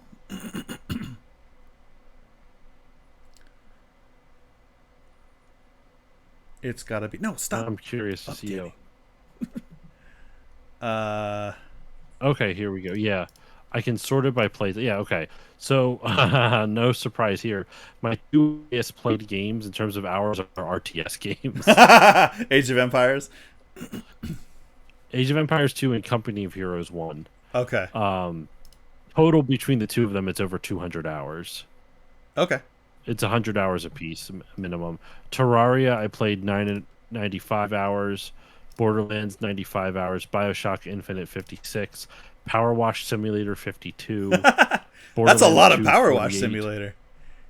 That was also a podcast editing game. Yeah. Yeah. Torchlight, I played 41 hours. Left 4 Dead, the original, 38. Call of Duty Modern Warfare 2 for 27.5. Defense Grid, The Awakening, which is like a tower defense game, that was 27. Dishonored, I've played 25 hours, almost 26. Left 4 Dead 2 was 25 hours. Yeah, and then there's other stuff. I'm not going to keep reading it, but yeah. Elder Scrolls is the highest, but not by like 70 hours. Skyrim, I have 377 hours. Last played in 2022, and then the next is Star Wars: The Old Republic, 308 hours. Pretty good for an MMO for a guy who says he doesn't like MMOs. I like Star Wars more than I dislike MMOs, and the fact that you can play this as a single player game. That was it for me. I wish I liked Star Wars more, man. I used to love it. And you gotta hang out with me and Jimmy. Star Wars kind of occupies now for me a place like the Marvel movies do, where I'm just kind of tired of the franchise. That's fair. At some point, it's probably going to flip around for me like Lord of the Rings did. I just don't know when that's going to be. Yeah. That's pretty much. I mean, it goes down by a third after that because it's 300 hours for Old Republic, about 100 hours for Halo Infinite, and then cut that in half. The next 3 in a row are all the 3 Stalker games. Well, I can't say that anymore because there's a new one out. I have about 50 hours in all 3 Stalker games. Why is my camera just completely froze for you? Oh, that's weird. Let me go let me to Discord. Let me turn off my camera and then turn it back on. Come on, turn on camera. There we go. Sorry about that. Weird. No, you're good. Sick new printable picture, Jimmy. Dude, that was so fucking funny. Oh yeah, I made a clip of you watching Jimmy be you on your Twitch. Oh, you did? Yeah. So if anyone, you can see it on either my social media at the Experience Point, or if you want to see Josh seeing that reaction to. Oh, you didn't tag me on that one. I thought I did. Maybe I only did Jimmy. Oh no. Sorry, I just did the one of the clip of Jimmy doing it, but I made a clip of you watching Jimmy do that on your Twitch. Oh, okay. Oh, on my Twitch. Okay, yeah. I see. I thought you posted. Okay, never mind. Yeah. Well, it's all that to say, I'm glad you're enjoying the Halo remake. Yeah. Isn't that great? Doesn't it feel good? Is it cool if I jump in with Yeah, that was it. I kind of lumped the Halo and Persona 3 reloads into one thing. While you talk, I'm gonna pull up a visual aid for my last thing I have to share. But I am listening. My camera disappeared from your screen. Oh my god, never mind. I'll just do it real quick once wait, you're back, but why are you not back? Hello. I tapped back. There we go. Okay, I'll just do it. I've finished season 2 of The Wizard, the Witch, and the Wild One. Ooh, I gotta keep listening to that. How many seasons are there? It's still fantastic. 4 seasons. Ongoing, or is let it me just done? Do you know? The story's completely done. They're on to a new campaign now, where Abria Iyengar is the DM for the second campaign, which is called Solaris. Rad. So is she GMing for Lou, Erica, and Brennan? So from my understanding, so Brennan's going to be a player. It's those 4 all the time, and they swap out who's the GM or DM. Okay, cool. So Brennan did the main campaign for The Wizard, the Witch, and the Wild One. Abria is going to be doing the campaign for Solari, which is not Solaris, sorry, Solari. The description for Solari, just out of curiosity, because I feel like that might be up your alley, because it sounds like a sci-fi type of thing, right? Yeah. The era of seclusion is over. The 40 sons reconnect and reunite and find themselves valuable. As borders are drawn across occupied space, the great powers of the galaxy begin their sweep of its dusty corners, searching for any golden scraps that remain. Hungry eyes turn towards a tiny asteroid named Genapar?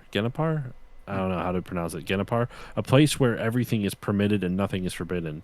Strange shapes move through the shadows. The players begin the next phase of their game.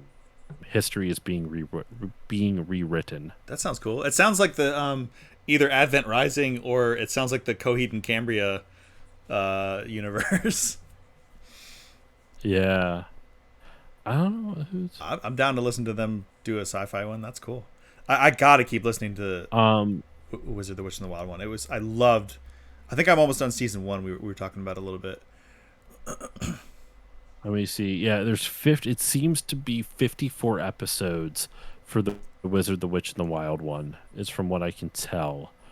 There's 54 episodes, and I just finished up episode 23, I believe.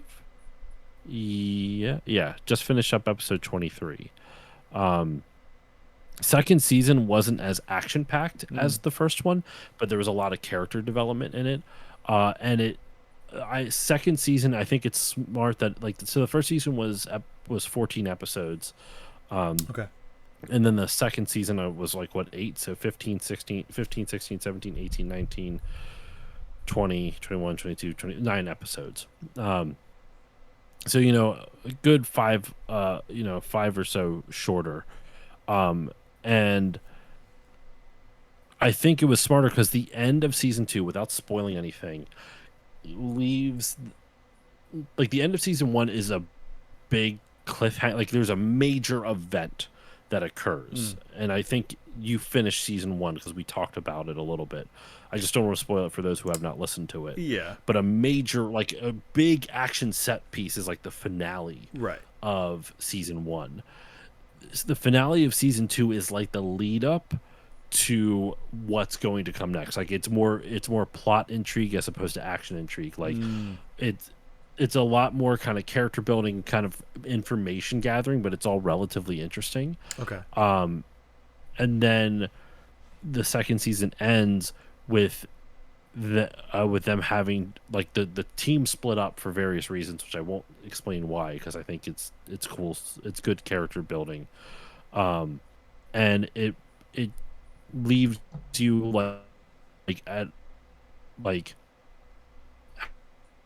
But this, imagine there's been like this big, like if you're watching a movie and there's this big mission that they're talking about for like the entire movie, and then it gets to the very end, it's like, we'll see that mission in the sequel. So you have this build, and then that's the end of the season. Okay. But it's such a good cliffhanger still. So I'm very excited to see how season 3 begins, because I really, really like it.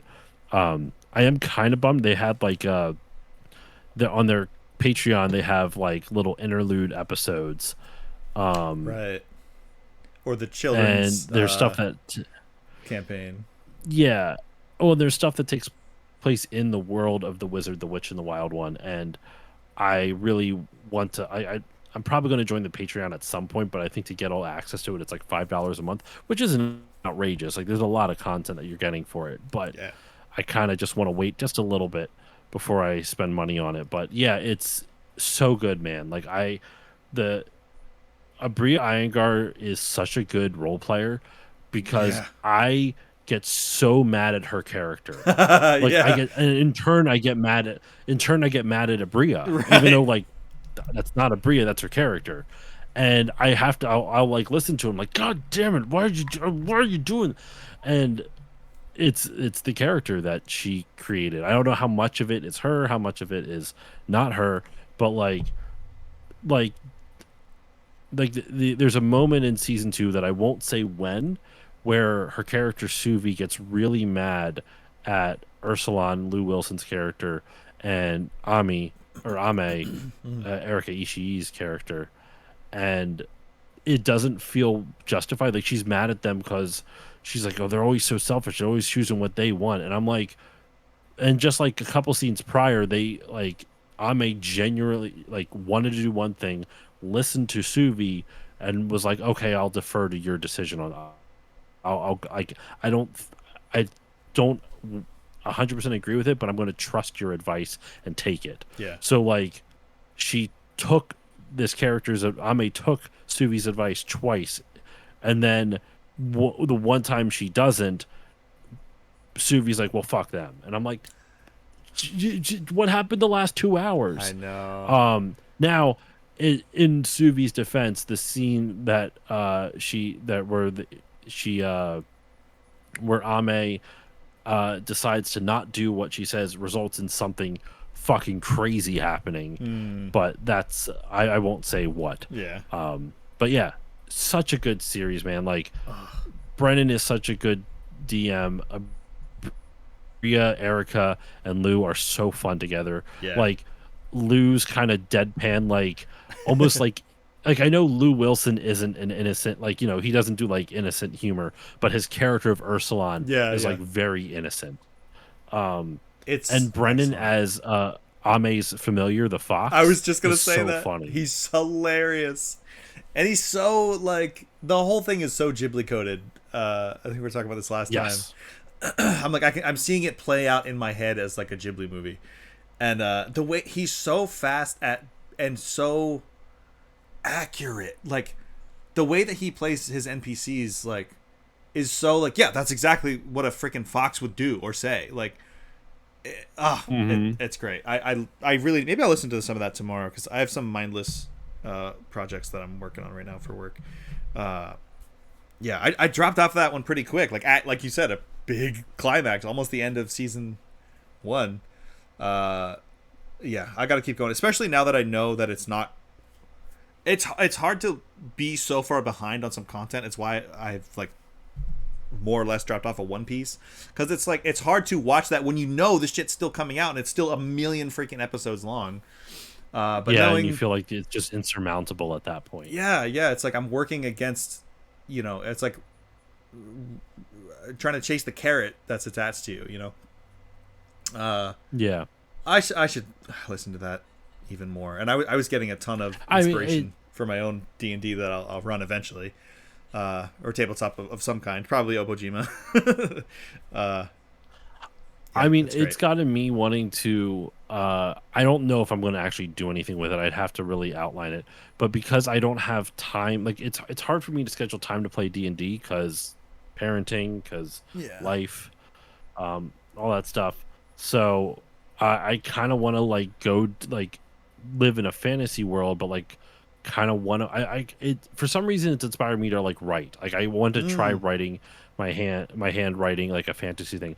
I think I would only do it for me though. I don't think I'd ever like release it because I don't think it'd be very good. I've never really written anything before like that, like not fiction, and I feel like it would be something like if I want to like if there's a world I want to see it, maybe I should just create it type of thing. And I have yeah, to figure out what that world is still, but like maybe I should just create it. And what better way to do that than just kind of writing stuff down?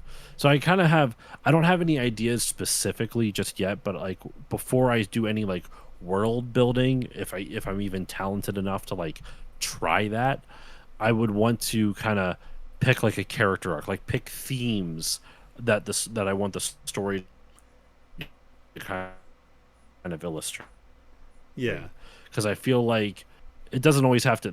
Themes are like any good story. There's characters that are developed based off of different themes. I feel like, or like there's some type of strong character trait that you can attribute back to.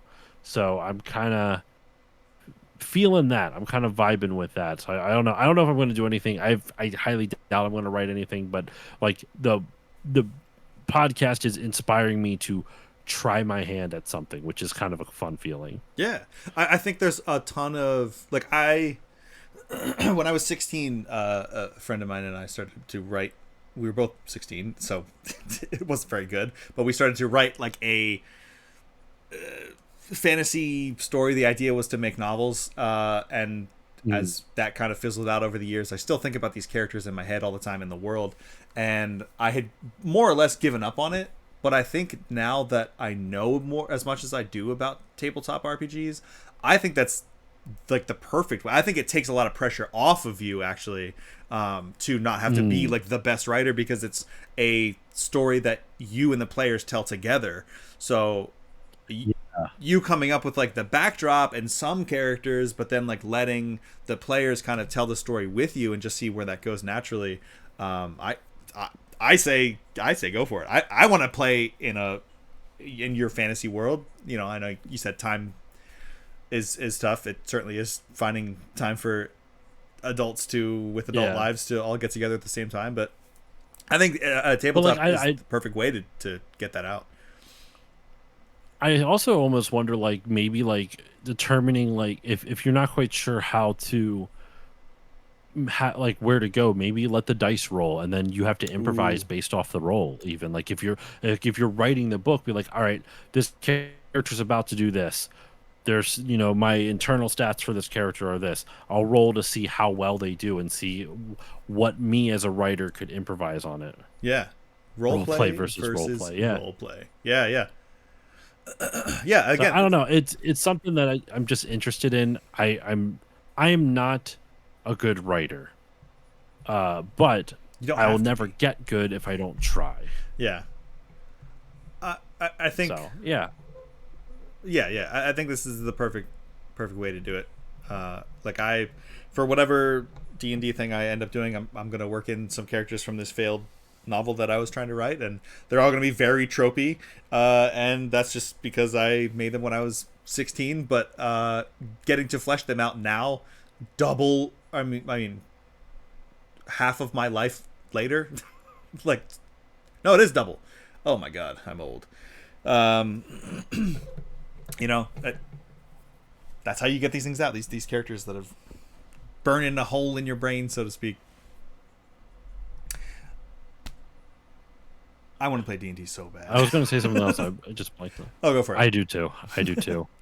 You know what? I have a character that I made when I was like 13. It's in every game I run, no matter the setting. I love that. You have a Sid. I I think there's also an element like where like tropes aren't necessarily a bad thing. They're True. you like in all honesty, when you're starting to write, it's honestly smarter to rely on tropes so that way you can get like structure down better, and then you can go from there where you can like once you know the rules, which are the tropes, quote unquote, the rules, Yeah. then you know how to break them type of thing. I Yeah. don't know. I think it'd be cool though. And I think that like Um, I'm seeing a bunch of shit about like people being mad about the Odyssey because it's like, oh, there's so many character tropes, and it's like, where do you think character tropes came from? Like the hero's journey. Who is the hero? One of the first like hero. Oh, fucking Odysseus. You ever hear of something called an Odyssey? When a character goes on an Odyssey, it's named after this motherfucker. Like tropes are okay. The hero's journey is okay. Like people are being mad because it's like, oh, it was predictable. It was like the first one. Like, I don't understand it. Actually, that's something that I could real quick share that I'm going to experience at the end of this week is seeing the Odyssey in the full 70 millimeter IMAX. That'll be cool. oh, Anyway, you're gonna go see it? yeah, on Friday. That's awesome. Yeah. Which? Oh is, yeah, we talked about this off mic. Yeah, we did. And you know what? That's a perfect transition to the other thing I was going to bring up. Do you want me to? Is it okay if I talk about it now, or do you want me to wait? You can. I just want to share a fun fact I found out about the freaking 70 millimeter IMAX. First of all, the one that I'm going to is kind of in your neck of the woods, and it's one of 40 theaters in the world that can show it. Because the film reels themselves are like the size of cars. They're gigantic, and if you took the film and stretched it out to its full length, another throwback, it's like 11 miles long or like 13 miles long or something insane like that. Yeah, it's no joke. So like no wonder only 40 theaters in the world can show it. But I saw Oppenheimer in the 70 millimeter when that came out, and that was rad. And that was just like old people talking the whole time. You know, like this is like freaking action adventure. You know, the action adventure. Jimmy says tropes weren't tropes until we named them that. It was just character journeys. Yeah, that's true. And people, too many people say it like it's a bad thing. I think being overly reliant on them and not doing anything to make them your own is, you know, a negative. Yeah, that's a bad thing when you do that. Yeah, sorry. Anyway, so I will be experiencing that this Friday, so I can talk about that whenever we talk next. I'll be taking an Odyssey to go see the Odyssey. Anime wouldn't exist without tropes. Yeah. Anime started a bunch of tropes. Man, there's... You know, yeah, I'll talk about this now. So I won't be... and even though Andrew's going to be up in my neck of the woods on Friday, which would be a perfect time to hang out in person... I won't be here. I won't be able to talk about this next week. I'm going to Long Island Retro Gaming Expo Friday through Sunday. Got a press pass for it. I'm very excited. I'm going to be using my little lav mics. This is just the fuzzy head of it to like talk about a callback from something off mic. I was 1 second away from doing a spit take all over my keyboard. None of the water touched my mouth before I heard that. Oh, God. Jim, don't read Jimmy's comment then. I got a pull pass if you get soft hands. Anyway. But no, I'm going to Long Island Retro Gaming Expo. I got a press pass. I'll be interviewing people there about like just their thoughts about the convention, stuff like that. I'm very excited to go. It's my first time ever going to this convention. I'm like I one of the things that I was doing while we were streaming, because I started to get paranoid. I'm like, I didn't hallucinate that I got free tickets, right? I found the tickets, so I'm Nice. good. Um, well, free as in I'm going to be covering it for the podcast, Yeah. but I'm so excited because one of the things that like bums me out a lot of the times is that how the panels at a lot of the conventions I go to, especially like too many games and other Mm. stuff, they're just not for me anymore. So like the very first panel that they have is celebrating the Nintendo 64 with Ash Said Hi, and Nice. she plays some of the most loved N64 games and discusses some of the best and worst of the console's lifespan. Like the theme of this year is N64. Oh man. There's another panel. I don't think I'm going to go to it, but beating Sonic Adventure DX in ways Sega never intended with a speedrunner, Anthony Wagers. Nice. He's been on GDQ. Oh, sick. Um, Yeah, that game, you can what is just, this? the shit you can do with like the physics engine of that game is insane. Uh, I'm not going to go to this, but maybe I will. Depends on what I'm up to. But it's right at dinner time. Slaying demons with accessibility, making Doom accessible for the blind. Like Oh, that's really fucking cool. And then the last panel of the day is one I'm definitely going to go to. It's Jeremy Parrish, how Metroid and Vania rewired my brain, and he's a Jeremy Parrish is a big Metroidvania fan. He's talked about it before. He's been falsely credited with coming up with the name Metroidvania. He's not. He okay. has just said he's been. A lot of people always report that he was. Um, then there's the N64 ranking Hootenanny, and it's just ranking a bunch of N64 games.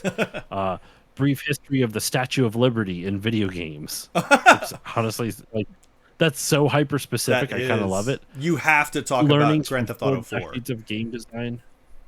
Uh, Wild Gunman resurrecting Nintendo's first coin op on its 50th anniversary. That's funny. That's really fucking cool too. But that's at the same time Pat Contry's panel is going to be, so I'm probably going to go see Pat Contry's panel, so because I never really get to see their show live. So you want to make your own NES game. This one I'm not a fan of, and it just goes to show who it's making it. AI and content creation, tool, threat, or time saver. So it's whether you're excited, skeptical, or somewhere in between. This panel explores the opportunities and challenges of AI and modern content creation.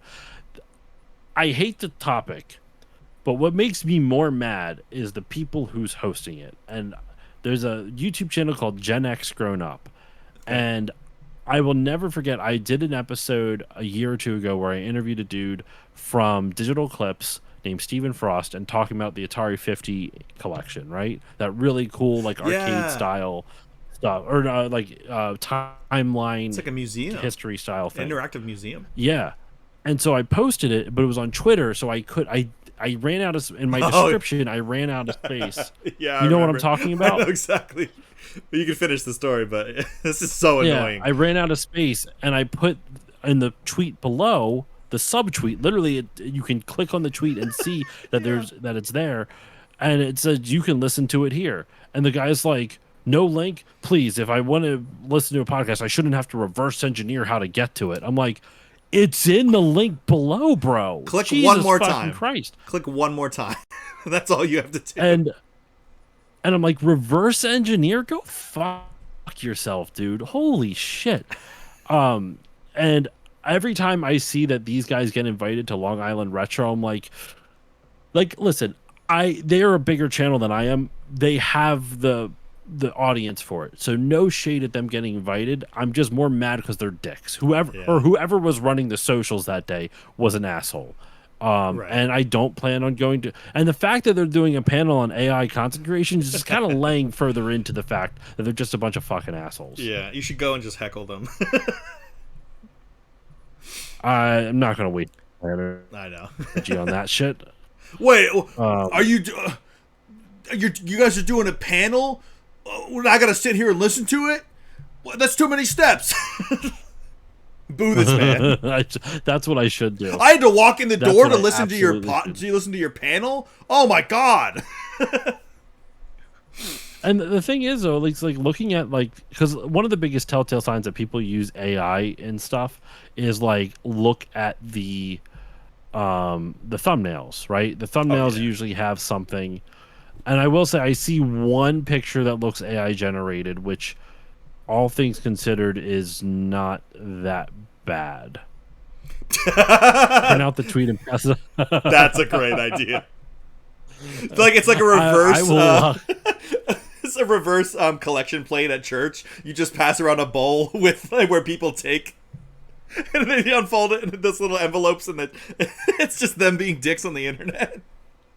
Call me Patty LaBelle. That's great. Oh man. And I honestly wish I could get over it, because like I am being a little like I am like it's really just bugging me for Yeah. some, like, and it's been like 3 fucking years. I really should just get over it, but for some reason, just seeing people who are assholes like get be rewarded, not for being assholes, just be rewarded. It just Yeah. I honestly probably would not think of. I don't think of them at all until I see advertisements for Long Island Retro where they get invited at least the last 2 years, probably more. Yeah, that sucks. But it is power that they have over you. If you keep letting it. That's true. That's true. Shakes fist. I will say- Dinkelberg.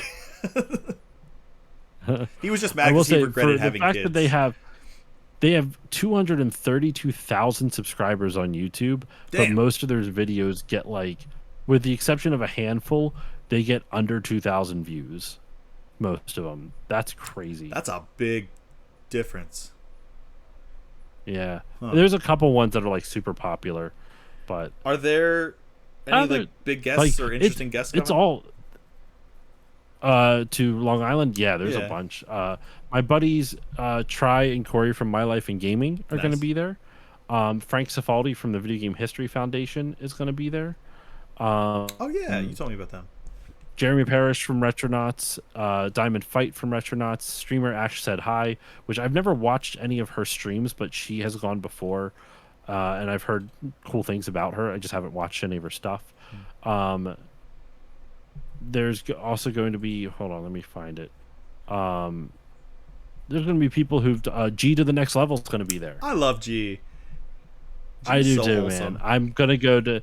I'm kind of bummed, so I don't know what to do. Actually, I do know what to do. I'm bummed. I have to miss G's panel because Try and Corey, they have a panel at the exact same time that G does on Sunday morning, and I have to go to theirs because they are helping me out Friday night with finding a place to stay, because Okay. my room is only Saturday night. So I have to go show them some support for that at the very least. Yeah. But I'm excited later on. Frank Cifaldi from the Video Game History Foundation and Ian Ferguson from the CU podcast, they're doing a panel called Nintendo and the Minnesota State Lottery. At home real money gambling on the NES. It What? nearly happened, and it wasn't some weird unlicensed thing. It was made by Nintendo. Historian and video game history founder Frank Cifaldi will take you deep into the abandoned Nintendo network, quote unquote, Nintendo network, and the Minnesota State Lottery, including brand new findings, a few surprises, and bizarre prototype cartridges that have never been revealed before.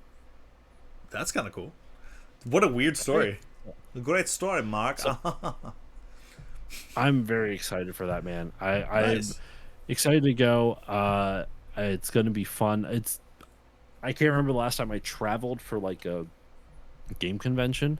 I think the last time it like fully traveled, like stayed over somewhere, I think it was Retro World Expo like 3 years ago now. I think it was like 2022 I did that, or 2023, excuse me. I miss conventions. Something like that. You're gonna get sick of me saying this, but you would love MagFest. No, I know. I need to go. It's one of those things where, because it's I don't know. I have to set aside time. If I set aside time to go to Long Island, I can set aside time for. I think the thing is, like, when I travel, I want to not have to pay for the con ticket. Yeah. So that's kind of like my decision making factor. Like, I will check with my wife and ask, like, hey, if I can get a free ticket for this, could I go, type of thing. It's the lodging So- for me that's the most expensive, like especially down in uh, what the heck is that freaking National Harbor? Baltimore. National Harbor specifically. It's like across the bridge from like Alexandria, Virginia. So more DC, closer to DC. But God, the freaking hotels are so expensive. And what sucks is you have to buy your ticket in like September to get, or by September to get into the lottery to even find out if you can get a hotel room, because it's so busy with people that it's like, Yeah. you probably won't get a hotel room, and you just hope like somebody that you know is going, that you can either stay with or just like find somewhere else in the, or sorry, I should say this is for the Gaylord Hotel specifically, to stay where the venue is at, because if you're going to do that at any con, it should be MagFest, because it's a 24-hour one. So you literally at like 1 o'clock in the morning, if you're in your room, you'll be like, I want to go back down and play some games. You can just walk downstairs and do it. And it's always such a frustrating, annoying process to do, but it's my favorite convention. I love it so much. I may go to Colossal Con East this year, which is in September, just for Saturday. My sister lives like an hour from it, and she's like 3.5 hours from me, so I hardly get to see her. So it'd be cool to go up just for the day. We're just gonna rent a car, drive up. Did I tell you about Pizza Hut Classic? No. It's some guy, like, I don't know if he's a millionaire or billionaire or what, like bought a bunch of Pizza Huts and is remodeling them under this banner called Pizza Hut Classic, and he's making them like they were in the 80s and 90s. So it's like, Oh, wow. it's the sit down ones with the buffet, with like the arcades machines to play while you wait for your pizza to come out, and like it just, you know, like the stained glass things wrapping around the lights, like an actual sit down Pizza Hut, and that's like the most nostalgic, you know, nostalgiasm for me. So there's one of those up there, so we're gonna like probably meet up with my sister, go to the Pizza Hut Classic, hang out with them and my nephews and my niece, which I have now. I'm so used to saying like, oh, my nephews. Now I got a niece as well, as of 4 months ago. This is not super new. And then go to Colossal Con for the day, which would be cool. It's too expensive to go the whole freaking weekend. That's an expensive hotel too. Plus, they sell out immediately, and they're up in the middle of the Poconos, so it's not even like there's anything remotely nearby other options like there is for MagFest. But that's cool. You'll have to tell me, not next week, but the following week, how it goes. Yeah. I only got one last thing to bring up, and this will be very quick, and then I'm actually starting to crash. So I don't know if, do you have anything else that you wanted to talk about, though? Just one more quick thing. Mine's kind of anticlimactic, so is it cool if I just go real quick? Yeah, no, go for it. Have you ever heard the song I Don't Want to Live on the Moon from Sesame Street? I don't think so. Ooh, Jimmy, I will hit you up. I've been doing still Muppeting on my Patreon, you know, covering all the Muppet movies, and something I've been really enjoying discovering is just how many really good songs came out of Jim Henson's like oeuvre, like how his studio and everything. Like Fraggle Rock, besides being a banger theme song, there's like multiple songs in almost every episode. It's crazy. Yeah. Not all of them are like grade A hits, but they're all like at least like passable. Yeah. His music and Rainbow Connection makes me cry every time. So the song I don't want to live on the moon, it got me emotional the first time I heard it. I heard it for the first time, and it kind of goes, well, I'd like to visit the moon on a rocket ship high in the air. Yes, I'd like to visit the moon, but I don't think I'd like to live there. And that's like kind of like the melody, and then the chorus goes, though I'd like to, I can't, it's too high for me, but it goes like, I'd like to look down at the earth from above. Though I'd like to look down at the earth from above, I would miss all the places and people I love. So although I might like it for one afternoon, I don't want to live on the moon. And it's just like, it's so cute. I really love that. And then the second verse is, I'd like to travel under the sea. I could meet all the fish everywhere.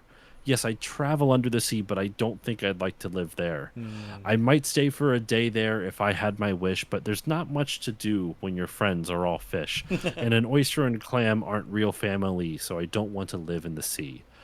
And then the bridge goes, I'd like to visit the jungle, hear the lions roar, go back in time and meet a dinosaur. There's so many strange places I'd like to be, but none of them permanently. Hmm. And then so if I should visit the moon, it's like, yeah, so if I should visit the moon, well, I'll dance on a moonbeam, and then I will make a wish on a star, and I'll wish I was home once again. It's just, I don't know. Like, I know, like I said, it's a little anticlimactic to why I didn't want to go out on this, Hmm. but just like, man, that's a really cute song. Like, Yeah. I just the lyrics, it's so wholesome, and like just like the sentiment of just like doing all these amazing things, and but it's not home because you miss all your friends and the people you love. Just I Right. love that lyric of, though I'd like to look down at the earth from above, I would miss all the places and people I love.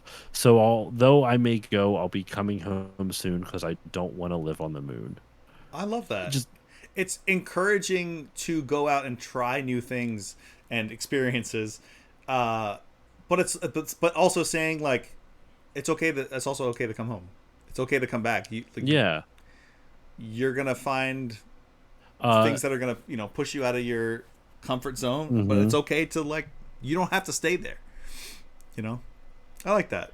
And Ernie sings it of all people. Ernie, Oh, he has like he sits on like a little hat, like a crescent moon with like this weird like paper like hat type of thing, and he's huh. looking at like the earth below. It's very cute. I heard it on an Instagram reel. Someone did a cover of it, and I was just like, this is from Sesame Street. And Wow. just, I don't know, man, it really just, it got to me. I was not expecting to like it as much as I did, but it's like a really beautiful song. Uh, I wanted to share it. That's it's yeah. something I literally, my wife and daughter were away over the weekend while I was like I had like Final Fantasy Draft was recorded this past weekend, as well as I had some like yard work that I need my dad's help with. So I stayed home, and Friday I heard it, and I literally was like laying in bed just practicing singing it just because I wanted to like memorize the lyrics and stuff like that. Oh, that's so wholesome. I when you said Ernie, Ernie's so great. I thought it was gonna be something about the Oscar the Grouch's worm, because didn't he like go into space? Wormy, what was his I name? have no Slimy. idea. I I don't. I was not a Sesame Street kid. I missed out on a lot of Sesame uh, Street. yeah, it was one of those ones that was like it's always on. It was always on, so I'd always watch it. I know we talked about our favorite Muppets, which I think yours is it Snook? No, why am I saying Snookums? What's the big guy? What the hell is his name? Sweetums? It's Sweetums. not Yeah, I was like Sweetums. Snookums. I don't know if we've ever talked about this. Oh, Uh, I thought we did. if we have, because if we have, that's not Sweetums. Is not it. Oh, okay. I like Sweetums. I think Gonzo's I do probably too, mine. but he's not my favorite. Yeah, yeah. I think Gonzo's probably mine. Gonzo. Gonzo is. Oh, Jimmy Oh, it was says Jimmy. Sweetums was it. Jimmy's. Yeah, yeah, yeah. Gonzo's my favorite Gonzo is with mine. a B pick just because of the funny meme. I love Lou Zealand, the guy with the boomerang fish. It's just so stupid. It always It's makes me such a laugh. great name. Yeah, Lou It's Zealand. such a great name, Yeah. Lucy. Uh, I would say my three favorites. Like, so if we're going with just favorite all time, it's Gonzo, hands down. Yeah. I would probably say younger me would have gone with Animal as my number two, Okay. but Yeah. now it's probably more Kermit just because I like Kermit's character. Yeah. Uh, but Animal is still my number three then. And then the Swedish Chef, man, he moves all around the place. It really, Hurdy burdy gurdy. the verge, Yeah. hey, the Hurdy verge, bumper de quarter de the shoe. verge. Pepe's great. Pepe is also Pepe really the funny. prawn. I like Pepe a lot. Well, I was gonna say, do you have a favorite Sesame Street specific character? Not really, because Sesame Street was something I unfortunately like. We just recorded an episode of Still Muppeting on Follow That Bird, the Sesame Street movie. Mm, Um, by Mr. the way, Hooper. much I meant much the better than I was puppets. expecting. Oh, nice. Okay. I was really not expecting much, but like there was some genuinely funny moments in it. It's a really cute story. Just it's a beautiful. Honestly, Andrew, I think you would like it. It's a really beautiful story of found family. Yeah, Um, that's one of my boxes. it's really beautiful, and it's something I also because watching it, I know seeing online like the narrative, especially from more progressive and leftist creators, like oh Jim Henson was so progressive, so like open, like he was so ahead of his time in a lot of things, and very just cool and open. Like he'd be Yeah, cool with the LGBTQ community and stuff like yeah. that. He's a total hippie. Okay, I'm like, okay, I hope so, but like people talk about how open-minded J.R.R. Tolkien was, which, relatively speaking, for his time, yes, Yeah. for a British colonialist, yes, Right. um, but I don't know, man, like I can't really imagine that. When I was watching Follow That Bird, holy shit, the representation was beautiful. Like Yeah. the almost every character on Sesame Street, every human character, excuse me, was a person of color, Mm. and they even had a hard of hearing character who signs the whole movie. Oh, She doesn't cool. have a single dialogue, and they have conversations with her, and she's just signing to them, and like they'll repeat, or like, oh, so you want this, this, and this, so that way people who can't understand her sign language um can understand what she's saying. Mm. But like the fact that she's having full on conversations and they give her stuff to do, I was like, oh my god, this isn't just like a narrative that you see on online circles that has no basis in reality, which happens a lot. um this is like like this was from 1985, like Yeah. this movie, like I was blown away by it, and the whole premise of the movie. Do you care about spoilers at all? Now that I'm going to go like crazy on it, but Yeah. A mild was is it, spoiler is okay. um I mean, the basic premise of the story is that Big Bird. This doesn't spoil anything. This is in like the kind of like the. This would be in like a trailer type of thing. Mm. Um, Big Bird, he lives on Sesame Street, and there What? is a bird like adoption agency. And when Mm. they find out that Big Bird lives alone, they want to. They, uh, the what is it? The woman who kind of runs it, like meets Big Bird and says, "Wouldn't you love to live with a family of birds like you, like have your own Mm. family?" And Big Bird's imagining like a whole family like him, like big yellow birds. And he gets placed in a family of dodo birds, and they are Okay. very different. Yeah. So Big Bird basically decides like, nah, I don't want this, I'm just gonna go back to Sesame Street. Mm. um and the whole, you can kind of see where the whole movie ends up on like that found family.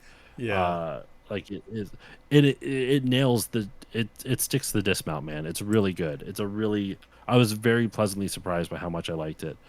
I love that. But I talked about on the episode, what, sorry? I was gonna say I'm gonna have to go back and watch that. Every now and then, a couple times a year, I get into like a Muppets, or I should say a Jim Henson kind of mood, and I'm sad about them It's, killing PBS, so I'm gonna have to go watch that to feel better about it. well, the Sesame Street's on Netflix now. Like New Sesame Street, they're That's making New Sesame right. Street on Netflix. Yeah. And you can watch Follow That Bird for free on YouTube. They have the a full movie. Like it's not like someone uploaded it. It's like a legal upload from whoever, Nice. from Sesame Street's channel, I think. But yeah, you can watch it with advertisements, and it's. I was very pleasantly surprised. Really liked it. That's cool.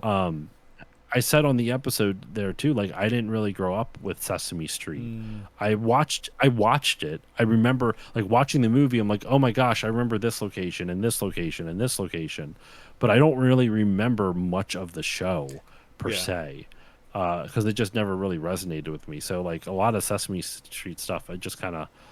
It's one of those things, kind of like Mister Rogers' Neighborhood. I also wasn't a big Mister Rogers fan as a kid, Oh, I love Mr. but Rogers. like but it's one of those things where it's like I look on it and I respect it more than I enjoyed it. Yeah, Like that's like fair. I respect it so much, both Mr. Rogers and Sesame Street, for what has done for children's entertainment and education Yeah. in general.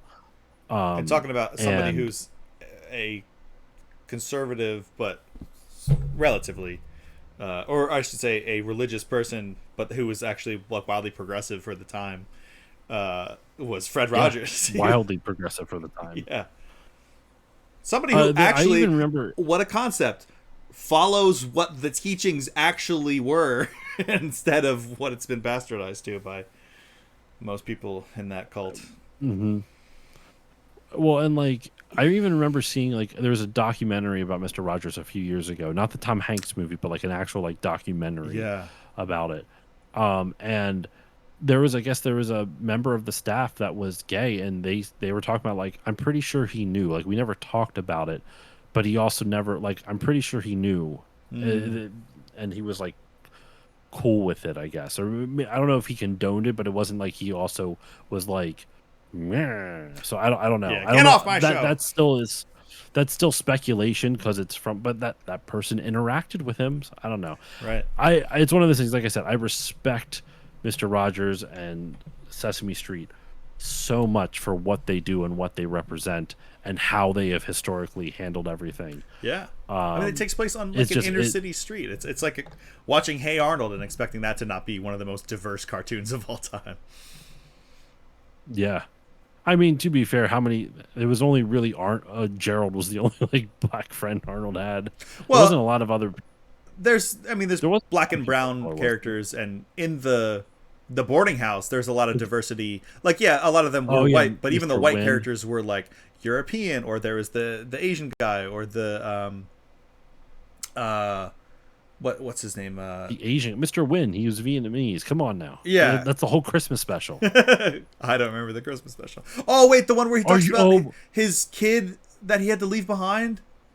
Yes. Like one of the most beautiful cartoon Christmas specials of all time. That episode is insane how good it is. I cry.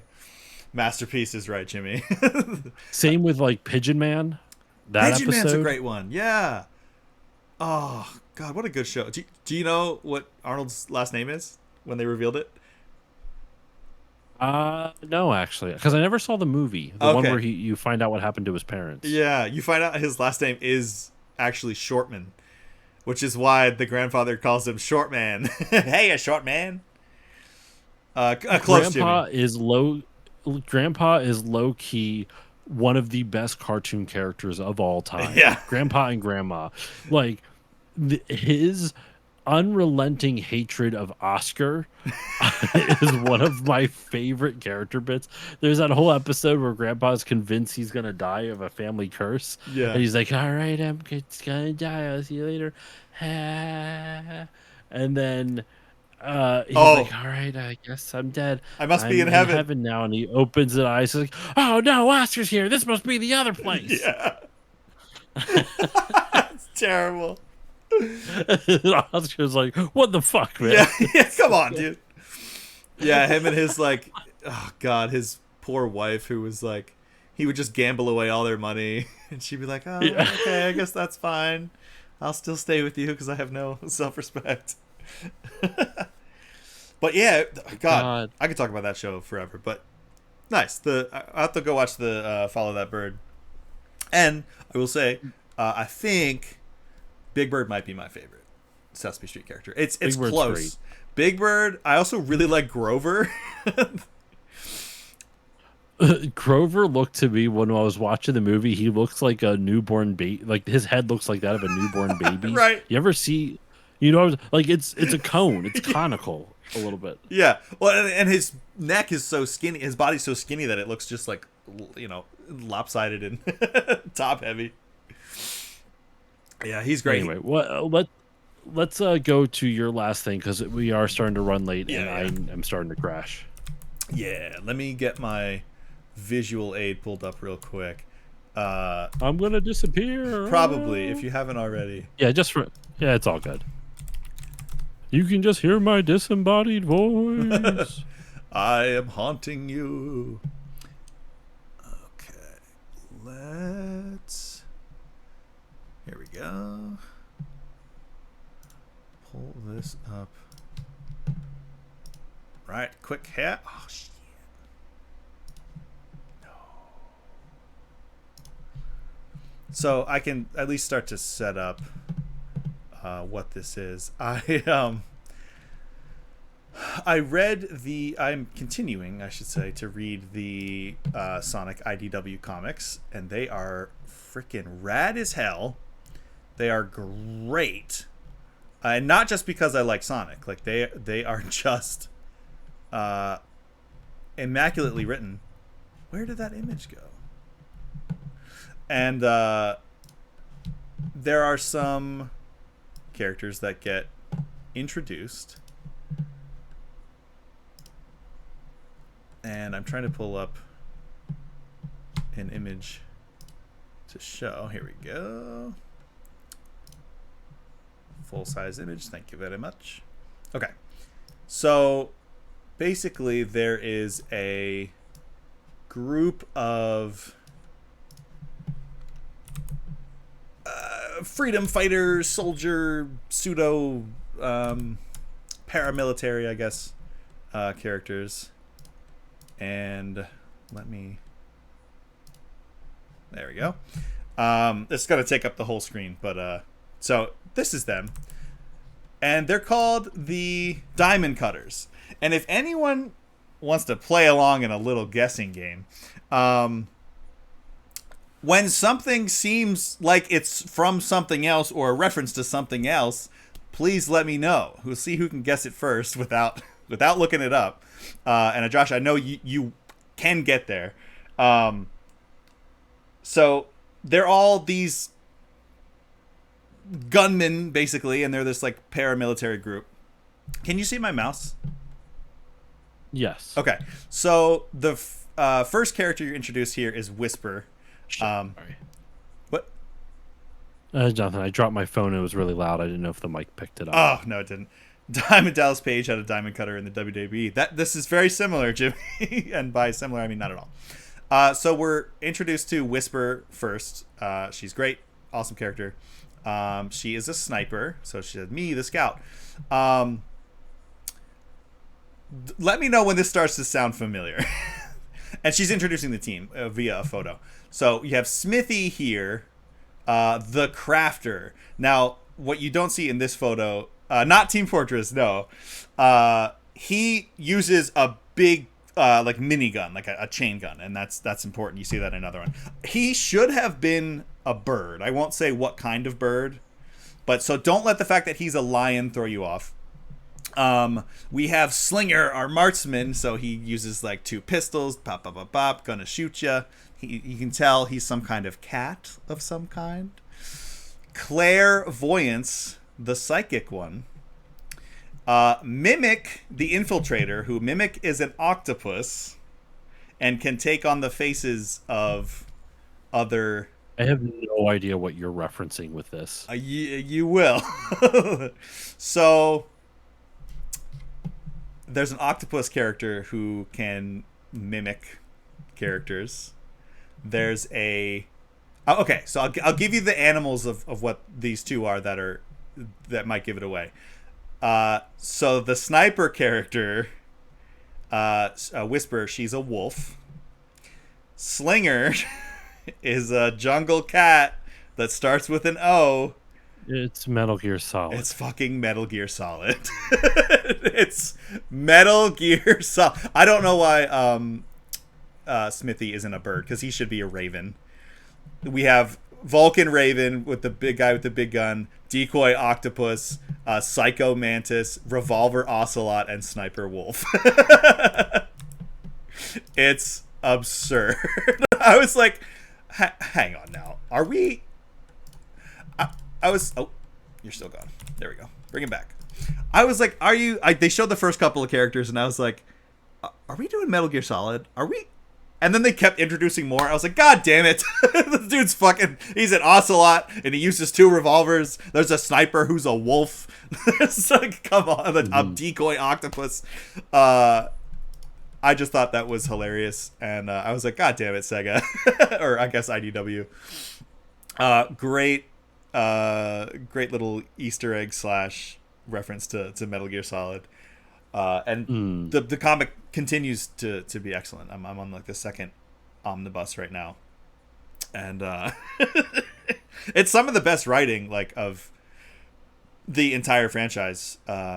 they let Tails be cool. Like they let everyone play to their strengths, really. Like there's a character who's like gonna throw this vial of something bad, that acid or something, or some kind of poison, and then you see like Tails is looking at it, and he's got like the mathematical equations in his head, and you can see that he's doing all the math and the velocity and the physics, and he like catches it perfectly on his one tail and spins it back and throws it at him. And it's like, oh my god, that's totally what Tails would do. Like, he's the genius. Let him be a genius. He's not just like a kooky sidekick character. But if anyone is remotely interested in comics in general, because you don't even have to. Polisa likes Sonic vicariously through me, but I showed her the first book, and she was like, that was genuinely amazing. Like they're really good. And they continue to be great. But I just wanted to show you the oh yeah, and the group is called the Diamond Cutters. I know it's not Foxhound, but there are in Metal Gear Solid 5 the Diamond Dogs. So I was like, it still could be another pseudo reference. I just wanted to show you that. This is so funny. I was just like, oh, god damn it, and they kept revealing more and more. I was like, are we doing okay? Yeah, there's literally an ocelot with revolvers. Okay, we're doing it. They're not even being shy about it. I just thought that was funny. I probably wouldn't have noticed it if you hadn't like called it out. Oh, okay. Yeah, I didn't notice. Also, like, I like Metal Gear Solid, but like it's not something that like comes to my mind like quickly. Like, you're a huge MGS fan, so of course that's gonna like pop in your head. I've only played the first one, and I dabbled in a chunk of the second one. Yeah, I think 2 is so good. 1 and 2 are great. I remember really liking 1 though. Yeah, fighting, was it Liquid Snake is the final boss, right after you? Yeah, I hated that fight, and I hated fighting the Metal Gear. Yes, it's tough. All of that was really challenging. Yeah, those games have tough end boss fights. I mean, even in 2, like when you got to fight all the Rays. Oh man, or it's not the final boss, but it's close to the end. But yeah, just wanted to share that. Sonic IDW comic continues being great. It's a funny little reference. Yeah, that's about all I got for stuff I experienced and am experiencing or am about to experience with the Odyssey. Can't wait to chat about that in 2 weeks, I guess. Yeah, man, that's all I got. Anything else you want to share or plug before we GTFO? Is there any episode? What's the next episode coming out? Next episode coming out is freaking Zelda cartoon. The Zelda cartoon finale. Actually, it's the final Zelda cartoon that Dexter and I talked about. And that's coming out this Sunday for free. It's on the Patreon in about an hour and 20 minutes. It'll be out on Patreon then. And then the week after that is going to be the Final Fantasy Draft. So be on the lookout for that. Nice. Rad. I don't know why you keep disappearing. I'm tabbing away and back in, which usually brings you back. There we go. Nice. I may have to hit you up about some ideas for a fantasy draft of my own off stream, off mic. But that's rad. And the more Final Fantasy games I play, like once I beat 6, I can probably actually enjoy them a lot more listening to those episodes, because I've really only played or beaten enough to have an opinion on 7, 10, 13, 15. That's not very many. I have 16. For Final, yeah. I have 16. I haven't started it yet. 7, 10, 13, 15. I mean, if you play like 2 more, I think you could do a draft. Yeah. You don't have to play all. I haven't played all of them. Yeah. I'm stoked to get through 6. I keep hearing good things. You weren't kidding about the music either. There's great music in that one. Holy crap. And what? Sorry. The music in 6. Oh yeah. So far, anyway, it's really good. Dude, the freaking like that intro where they're in the mech suits and it's like that cinematic, like walking to the town. I can't remember the name of the town. Yeah. But that do do do do do do do do do. Yeah. That's Terra's theme. It's so good. Right. I even got emotional like on the main menu just hearing that prelude that's in all of them. You know, every time I Six hear has a that, phenomenal soundtrack, man. I get chills. Yeah, and Terra's theme's awesome. I recognize that. I knew the whole song just from like existing on the internet in a gamer space, even though I've never touched the game before. A couple weeks ago. Anyway, I think once you beat 6, you should be you should be ready for a draft at some point. that's fair. Yeah, I want to play 16 so bad. Because, 6 and 7 are the big ones. Yeah. You should play 9 if you haven't played 9. I keep hearing about 9. I started 8 back in the day after I beat 7. I couldn't get into it. I should give that another fair shot. I'd love to play 9, and I really want to play 16 because it's basically, from what I hear, Devil May Cry. If you get into 8, if you try 8 again, I highly, highly, highly recommend playing with a strategy guide. Okay. I think that game has some of the coolest mechanics that are some of the most obtuse. And I also think neither the game nor even really the strategy guide does a great job of explaining how the battle system works all that well. I think it does a great job at, like, once you understand how it works, the strategy guide is great because, like, in a nutshell, the way the Final Fantasy VIII's battle system works is that in order to use spells, magic spells, you draw them from an enemy. You'll get into a battle, you get a draw move, and it literally kind of like sucks them out of the enemy. Enemies have an unlimited number of spells, so like if you want fire, whatever, you can, so that's cool because then you can just get spells and like you don't really have to acquire them anywhere other than like it's fun to see which enemies have which spells that you can draw from them. The problem is that you don't have MP. You have a finite number of spells. You can store spells up to 100 per spell. So because you store up to 100 per, like, so let's say you get in battle. There's like one of the earliest enemies. It's like a little like bug, looks like a giant mosquito, and it has the fire spell. So you can draw the fire spell from it, and you might get 5 or 8 fires from that one move, that one turn that your character. Okay, I see. Yeah, and each character has their own stores, like storage of spells. So like if you get 5 to 8, if Squall, the main character, gets 5 to 8 fires. Only he has those fires. The other 2 characters don't have any fire unless they also draw from it. Okay. And then you just hold on to them like consumable items. So in the next fight, say, you can use those fires against those enemies. Yes. But you have to keep drawing more to get more uses of magic. That's weird.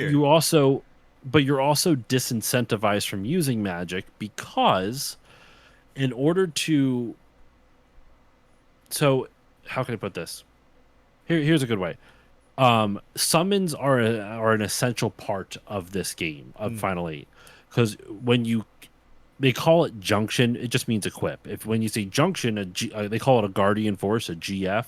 Junction, a GF to yourself. So if you equip a guardian force to whichever character you want to have that summon, right? Each guardian force is very unique. They have different stats.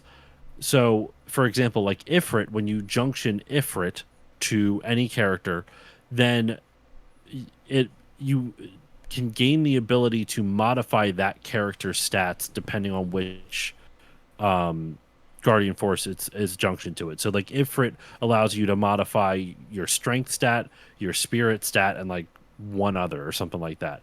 So then what you do is that once you junction or equip Ifrit to let's say, just say Squall. We'll pick one character instead of having to worry about all the others. You equip Ifrit to Squall. Now all of a sudden he can junction magic to different stat abilities, meaning equip magic to the stat abilities. So if you equip fire to your strength ability, it's not that every time you attack, or your strength attribute, it's not every time you attack he does fire damage, it just increases his strength stat. So like if you have 5 strength in your, if Squall only has 5 strength in his stat and you equip 50 fires to his strength stat because now you can, then you know what, is there any way I can just share my screen? Yes, but it'll be like within your little window. Hold on. So if you keep it to like the center of the screen, it'll be visible. Or actually, I think I can. No, I can make it full screen. Okay. Let me know once you do, and I'll switch it over. All right, I'm gonna share my screen now. Okay. I should be able to switch this to this. Yeah. Did that work? Yep. Okay. So, see all the different stats that my mouse is hovering around down here? Yes, I don't think I can see your mouse though, but I see the stats. Okay. You see the stats. So it says like HP, Curaga, STR is strength, which means, and it has flare next to it, right? Yeah. So by equipping summons to your character, you gain the ability to then equip magic to your stats. See how the other side, the speed, evasion, hit, and luck are grayed out? Yeah. That means whatever guardian forces this Quistis character has equipped to her, she does not give her the ability to do anything with these stats. These stats are static based on her level. But if you get enough strong magic, you can equip flare to it. So she equipped the flare spell to her strength stat. So her strength might have only been, let's say, 40 beforehand, or let's say 30 beforehand. But when she equipped flare to it, now it jumps up to 63. So now she's doing more damage. She has a stronger strength stat. Maybe her HP was only 1,000 before she equipped Curaga to it, and now it's 3,140. Whoa. Right? So the more of a spell you equip, so like if she equipped flare to strength, if she only has 20 flare spells in her inventory, that strength stat is going to be, let's say this, what we see here is only 20 flare spells are in her inventory, and her strength stat is 23. What if she had the full 100? Then she's equipping 100 flare spells to this stat. Now her strength may not be 63, it might be 250 or whatever. That's weird.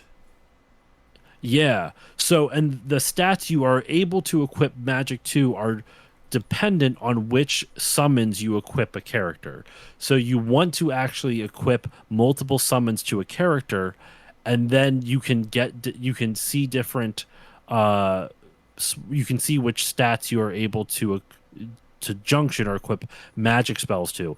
And certain magic spells are better for different stats, so it encourages you to mix and match. Like, so you might like get a new spell, be like, oh, what if I equip 100 of these instead of the fire I have? If I equip 100 fires, it increases my strength to this. But if I increase 100 like waters, that increases it even more. Water's a spell in this game too.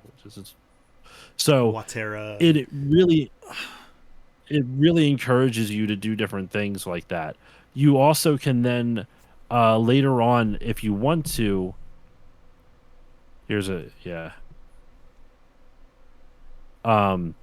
once this actually loads. Okay, where's it? Just show me the goddamn screen. That's very tiny. Let's find let's see here. This might work. That's a YouTube video. Actually, you know what? It's fine because it's like, that'll work. That's fine.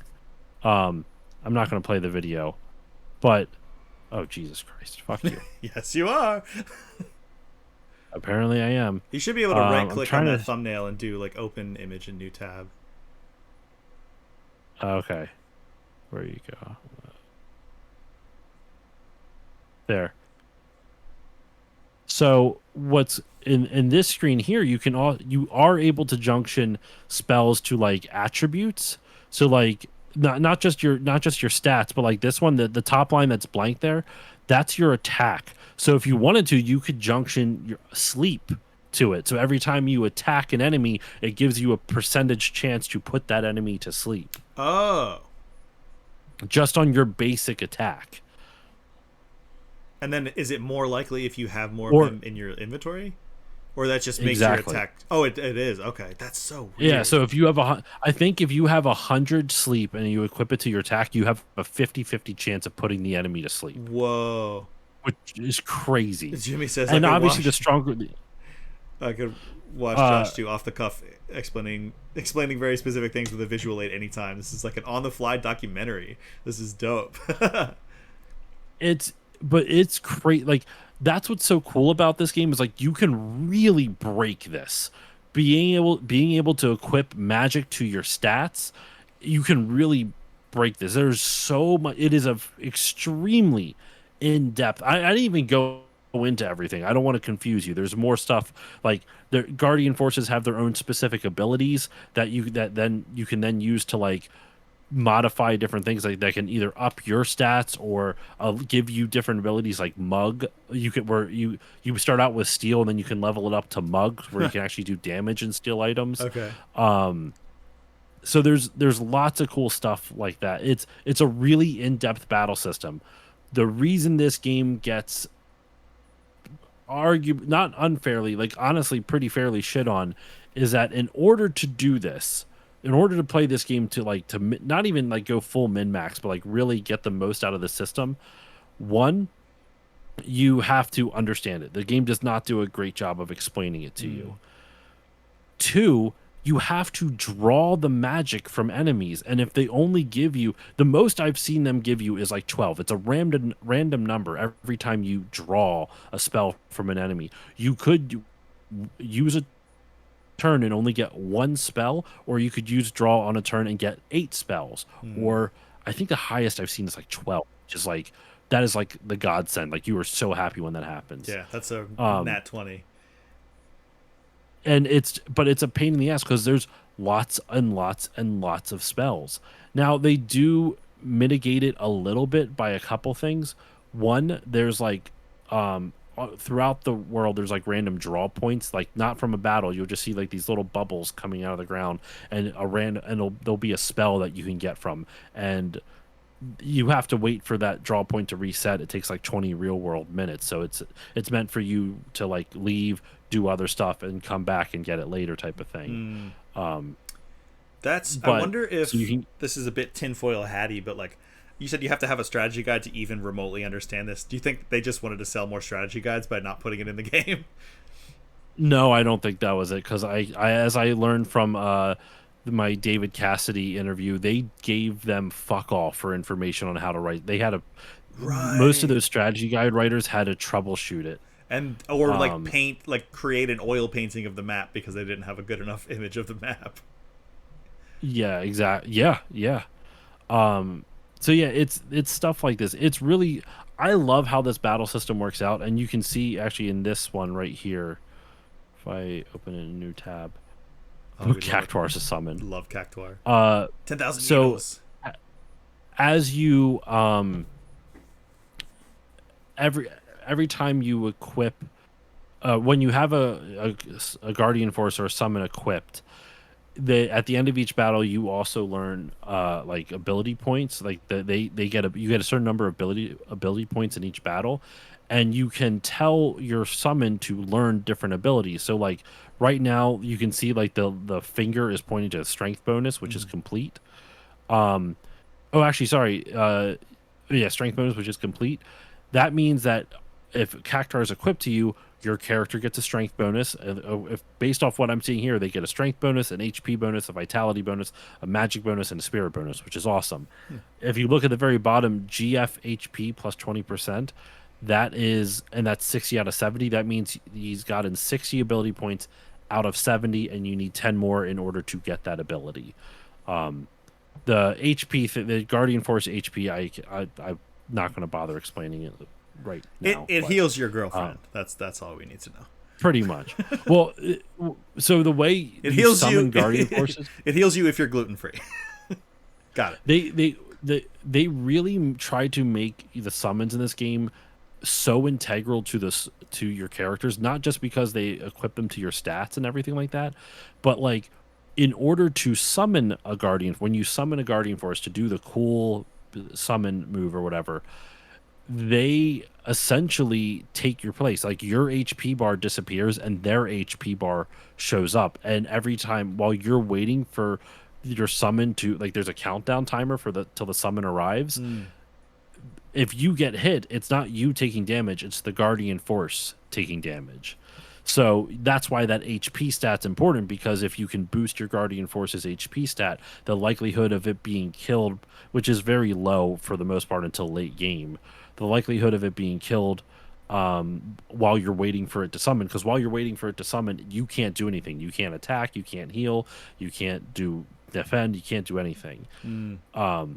But they also reward you for using Guardian Forces, because the more you use the same Guardian Force on the same character, the faster you'll be able to summon them. So by Ifrit's like one of the Oh. earliest summons you get. So if you keep Ifrit on Squall the entire game, by the end of the game, Ifrit will summon like faster than most other characters' active time bars. That's It cool. just boop there. So it rewards you to do stuff like that. Um, yeah, there like I said, there is so much depth and complexity to this system. It's so fucking cool. Yeah, But it's kind the of the dr- giving a bit of like Persona with like choosing the skills that it like inherits. That's Mhm. interesting. And then Cactuar as a summon is so funny because it's kind of like a basic enemy. Well, and the reason why I always tell people to use a guide for this is because there's lots of hidden Guardian Forces. Mm. There are lots of like spells that you can only get in like one or two boss fights, or like easily get from a boss fight type of thing, and you won't know unless you look. Like the game, like even though the strategy guide doesn't do a phenomenal job of explaining this whole system, it does do a phenomenal job of like, hey, when you're at this boss fight, make sure you draw.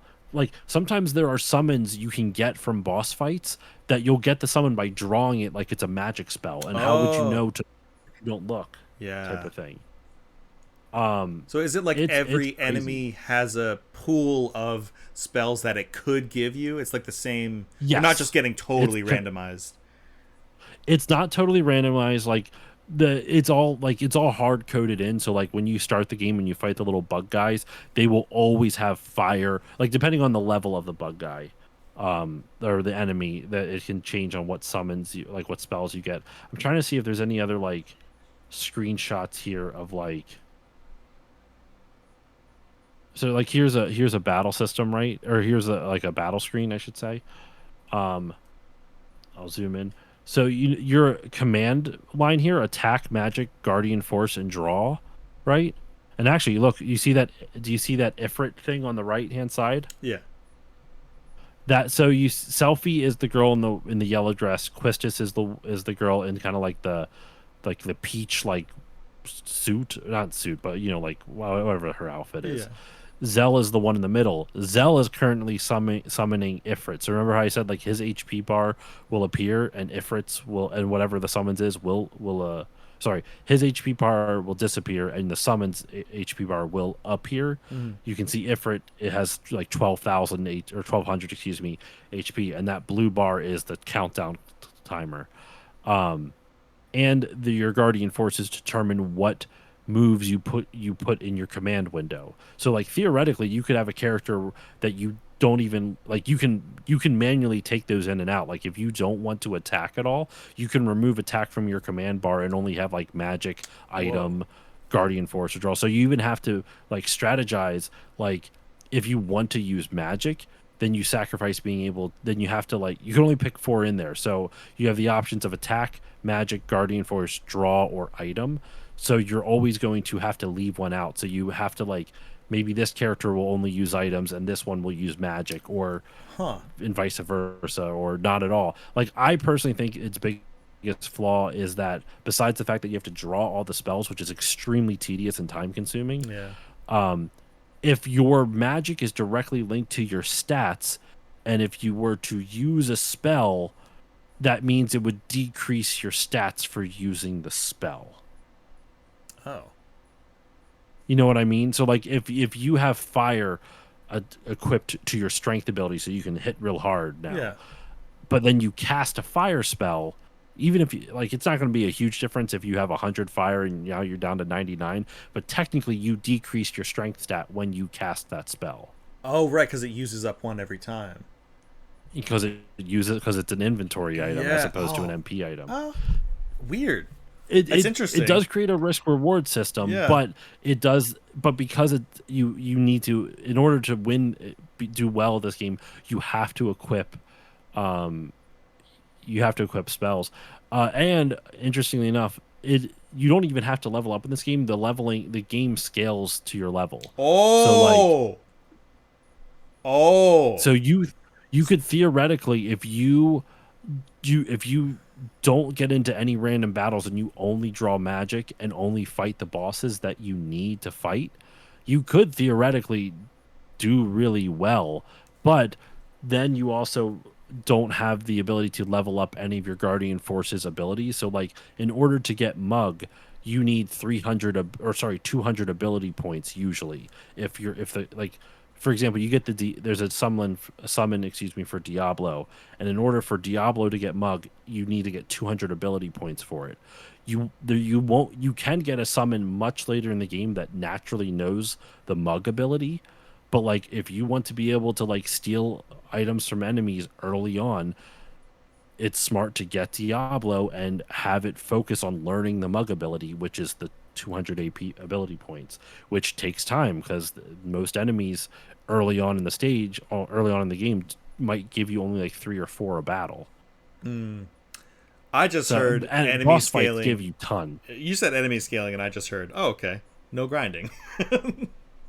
Yeah, you don't need to grind at all. Okay, that just Technically, that just jumped up on my list of Final Fantasies to play. because there's a section of the game where you completely switch characters. I'm like, oh well, I'm fucked. My characters are like level 80, and the ones I've been ignoring are level 13. But there is a way the game makes it super easy to basically be like, okay, well, I want to take everything I junctioned on this character, just equip it to this one. It will literally just copy it 1-to-1. It'll just move it over, so you don't have to manually unequip all the summons from one character and re-equip it to all the summons and magic from one character and re-equip it to another character. You can literally swap wholesale, like literally say Squall had these summons equipped to him and this magic in his inventory. Just give all of that over to Selphie or to Right. whichever character you have to play in this instance. Like this character's build, basically. Yeah, That's cool. and Jimmy all their says- magic spells too. It's awesome. Oh, sick. Jimmy says, "What's the best missable summon?" Missable.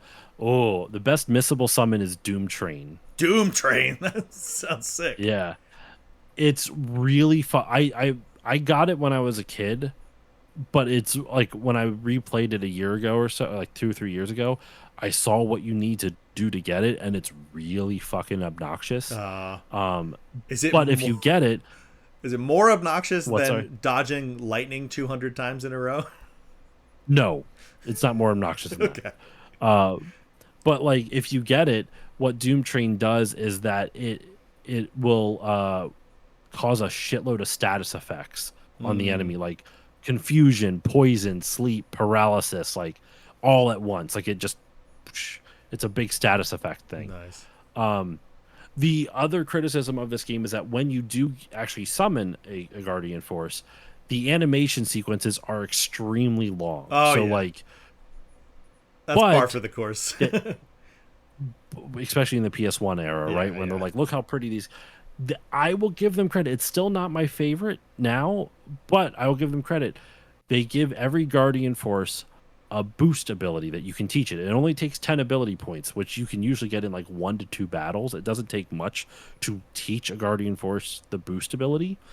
What the boost ability does is that while the cutscene is going on, the little X button will appear in the bottom right of the screen, and you just mash it. And the higher you get that number, the more damage the Guardian Force will do when the attack actually hits. Oh, okay. I thought it was gonna say the faster you mash X, the faster the cutscene goes.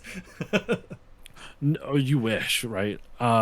But also, but the thing is, you just can't mash the whole time. The X button will appear and then disappear, and you can only if you hit it while it's disappeared, that counter that's been going up resets back down to 0. Ooh.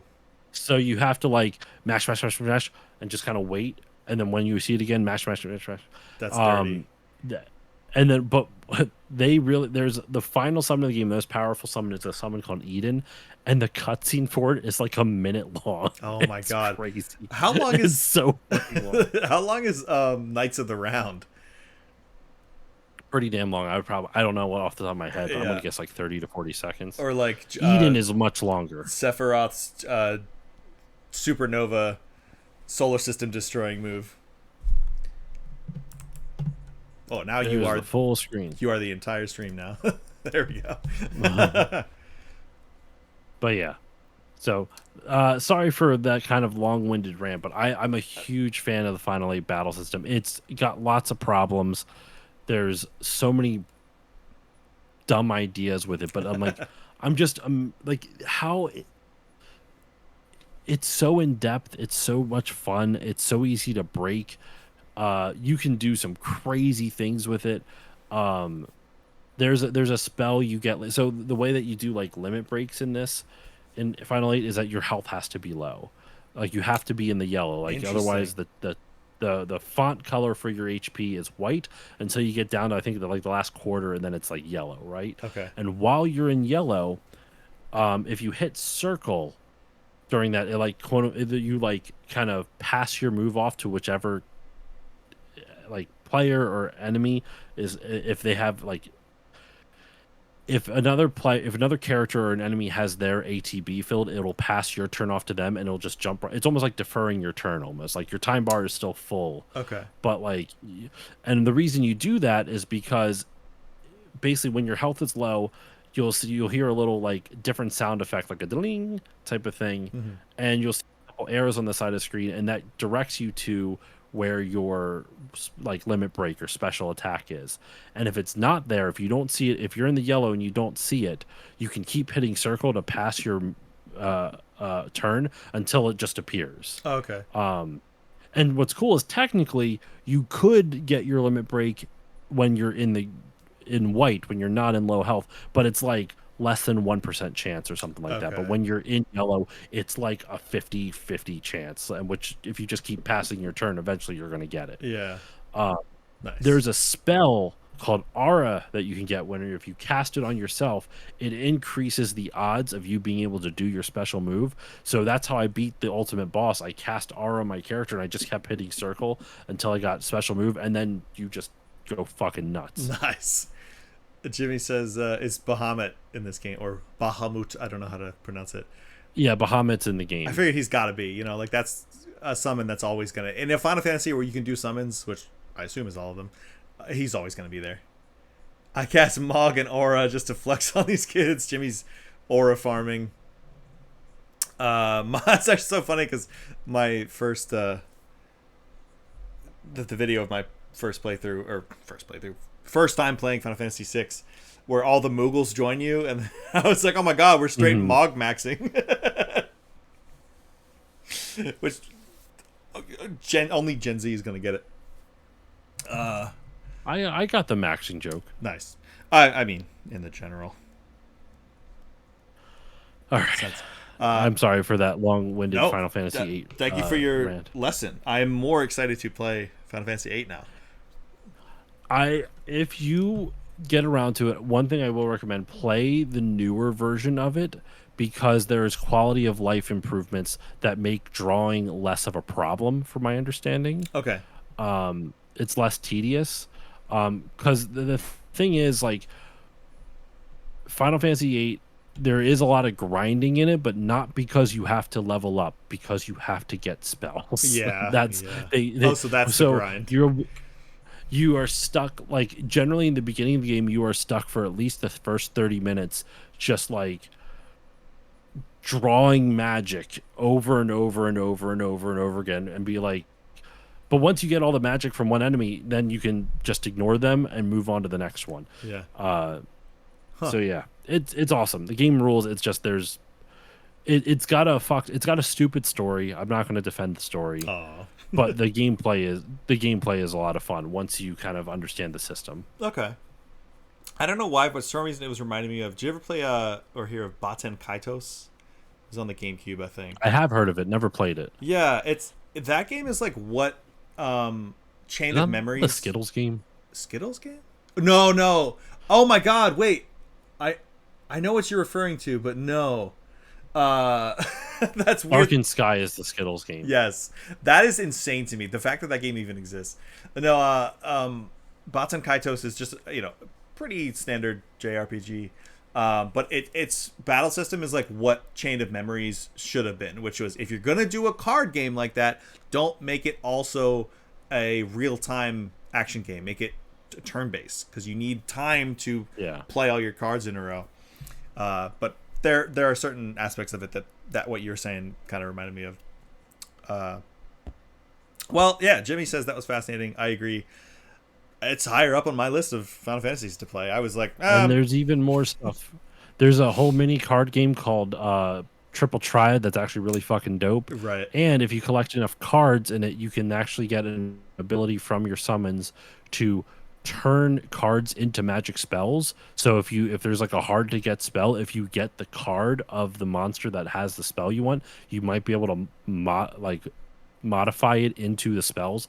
So like Cactuar might give you like 20 waters or some shit like that. Yeah. You know what I mean? Like, so there's other workarounds to get spells that might be hard to get.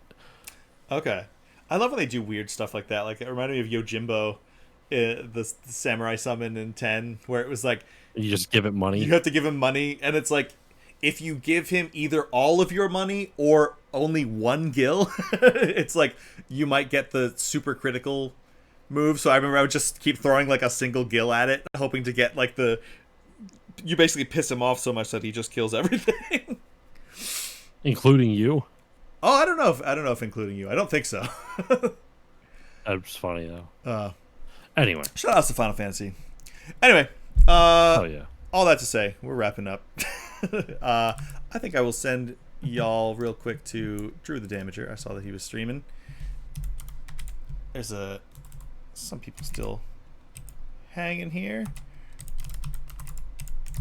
Drew Damager. The raid has been created. All right. That'll do it for us for now. Tell Drew I sent you, and Josh is gone. Damn it! Stop it, Discord. It happens. Why? Oh my God. There we go. Jimmy says cheers. Cheers, Jimmy. Thanks to everyone who came and chatted. Thank you, Josh, for your time. Thank you, guys, gals, and non-binary pals. Take care of each other. Take care of yourselves. Drink more water. Go to therapy. And play Final Fantasy VIII or Persona 3 Reload. Oh yeah. Stay frosty. Love you.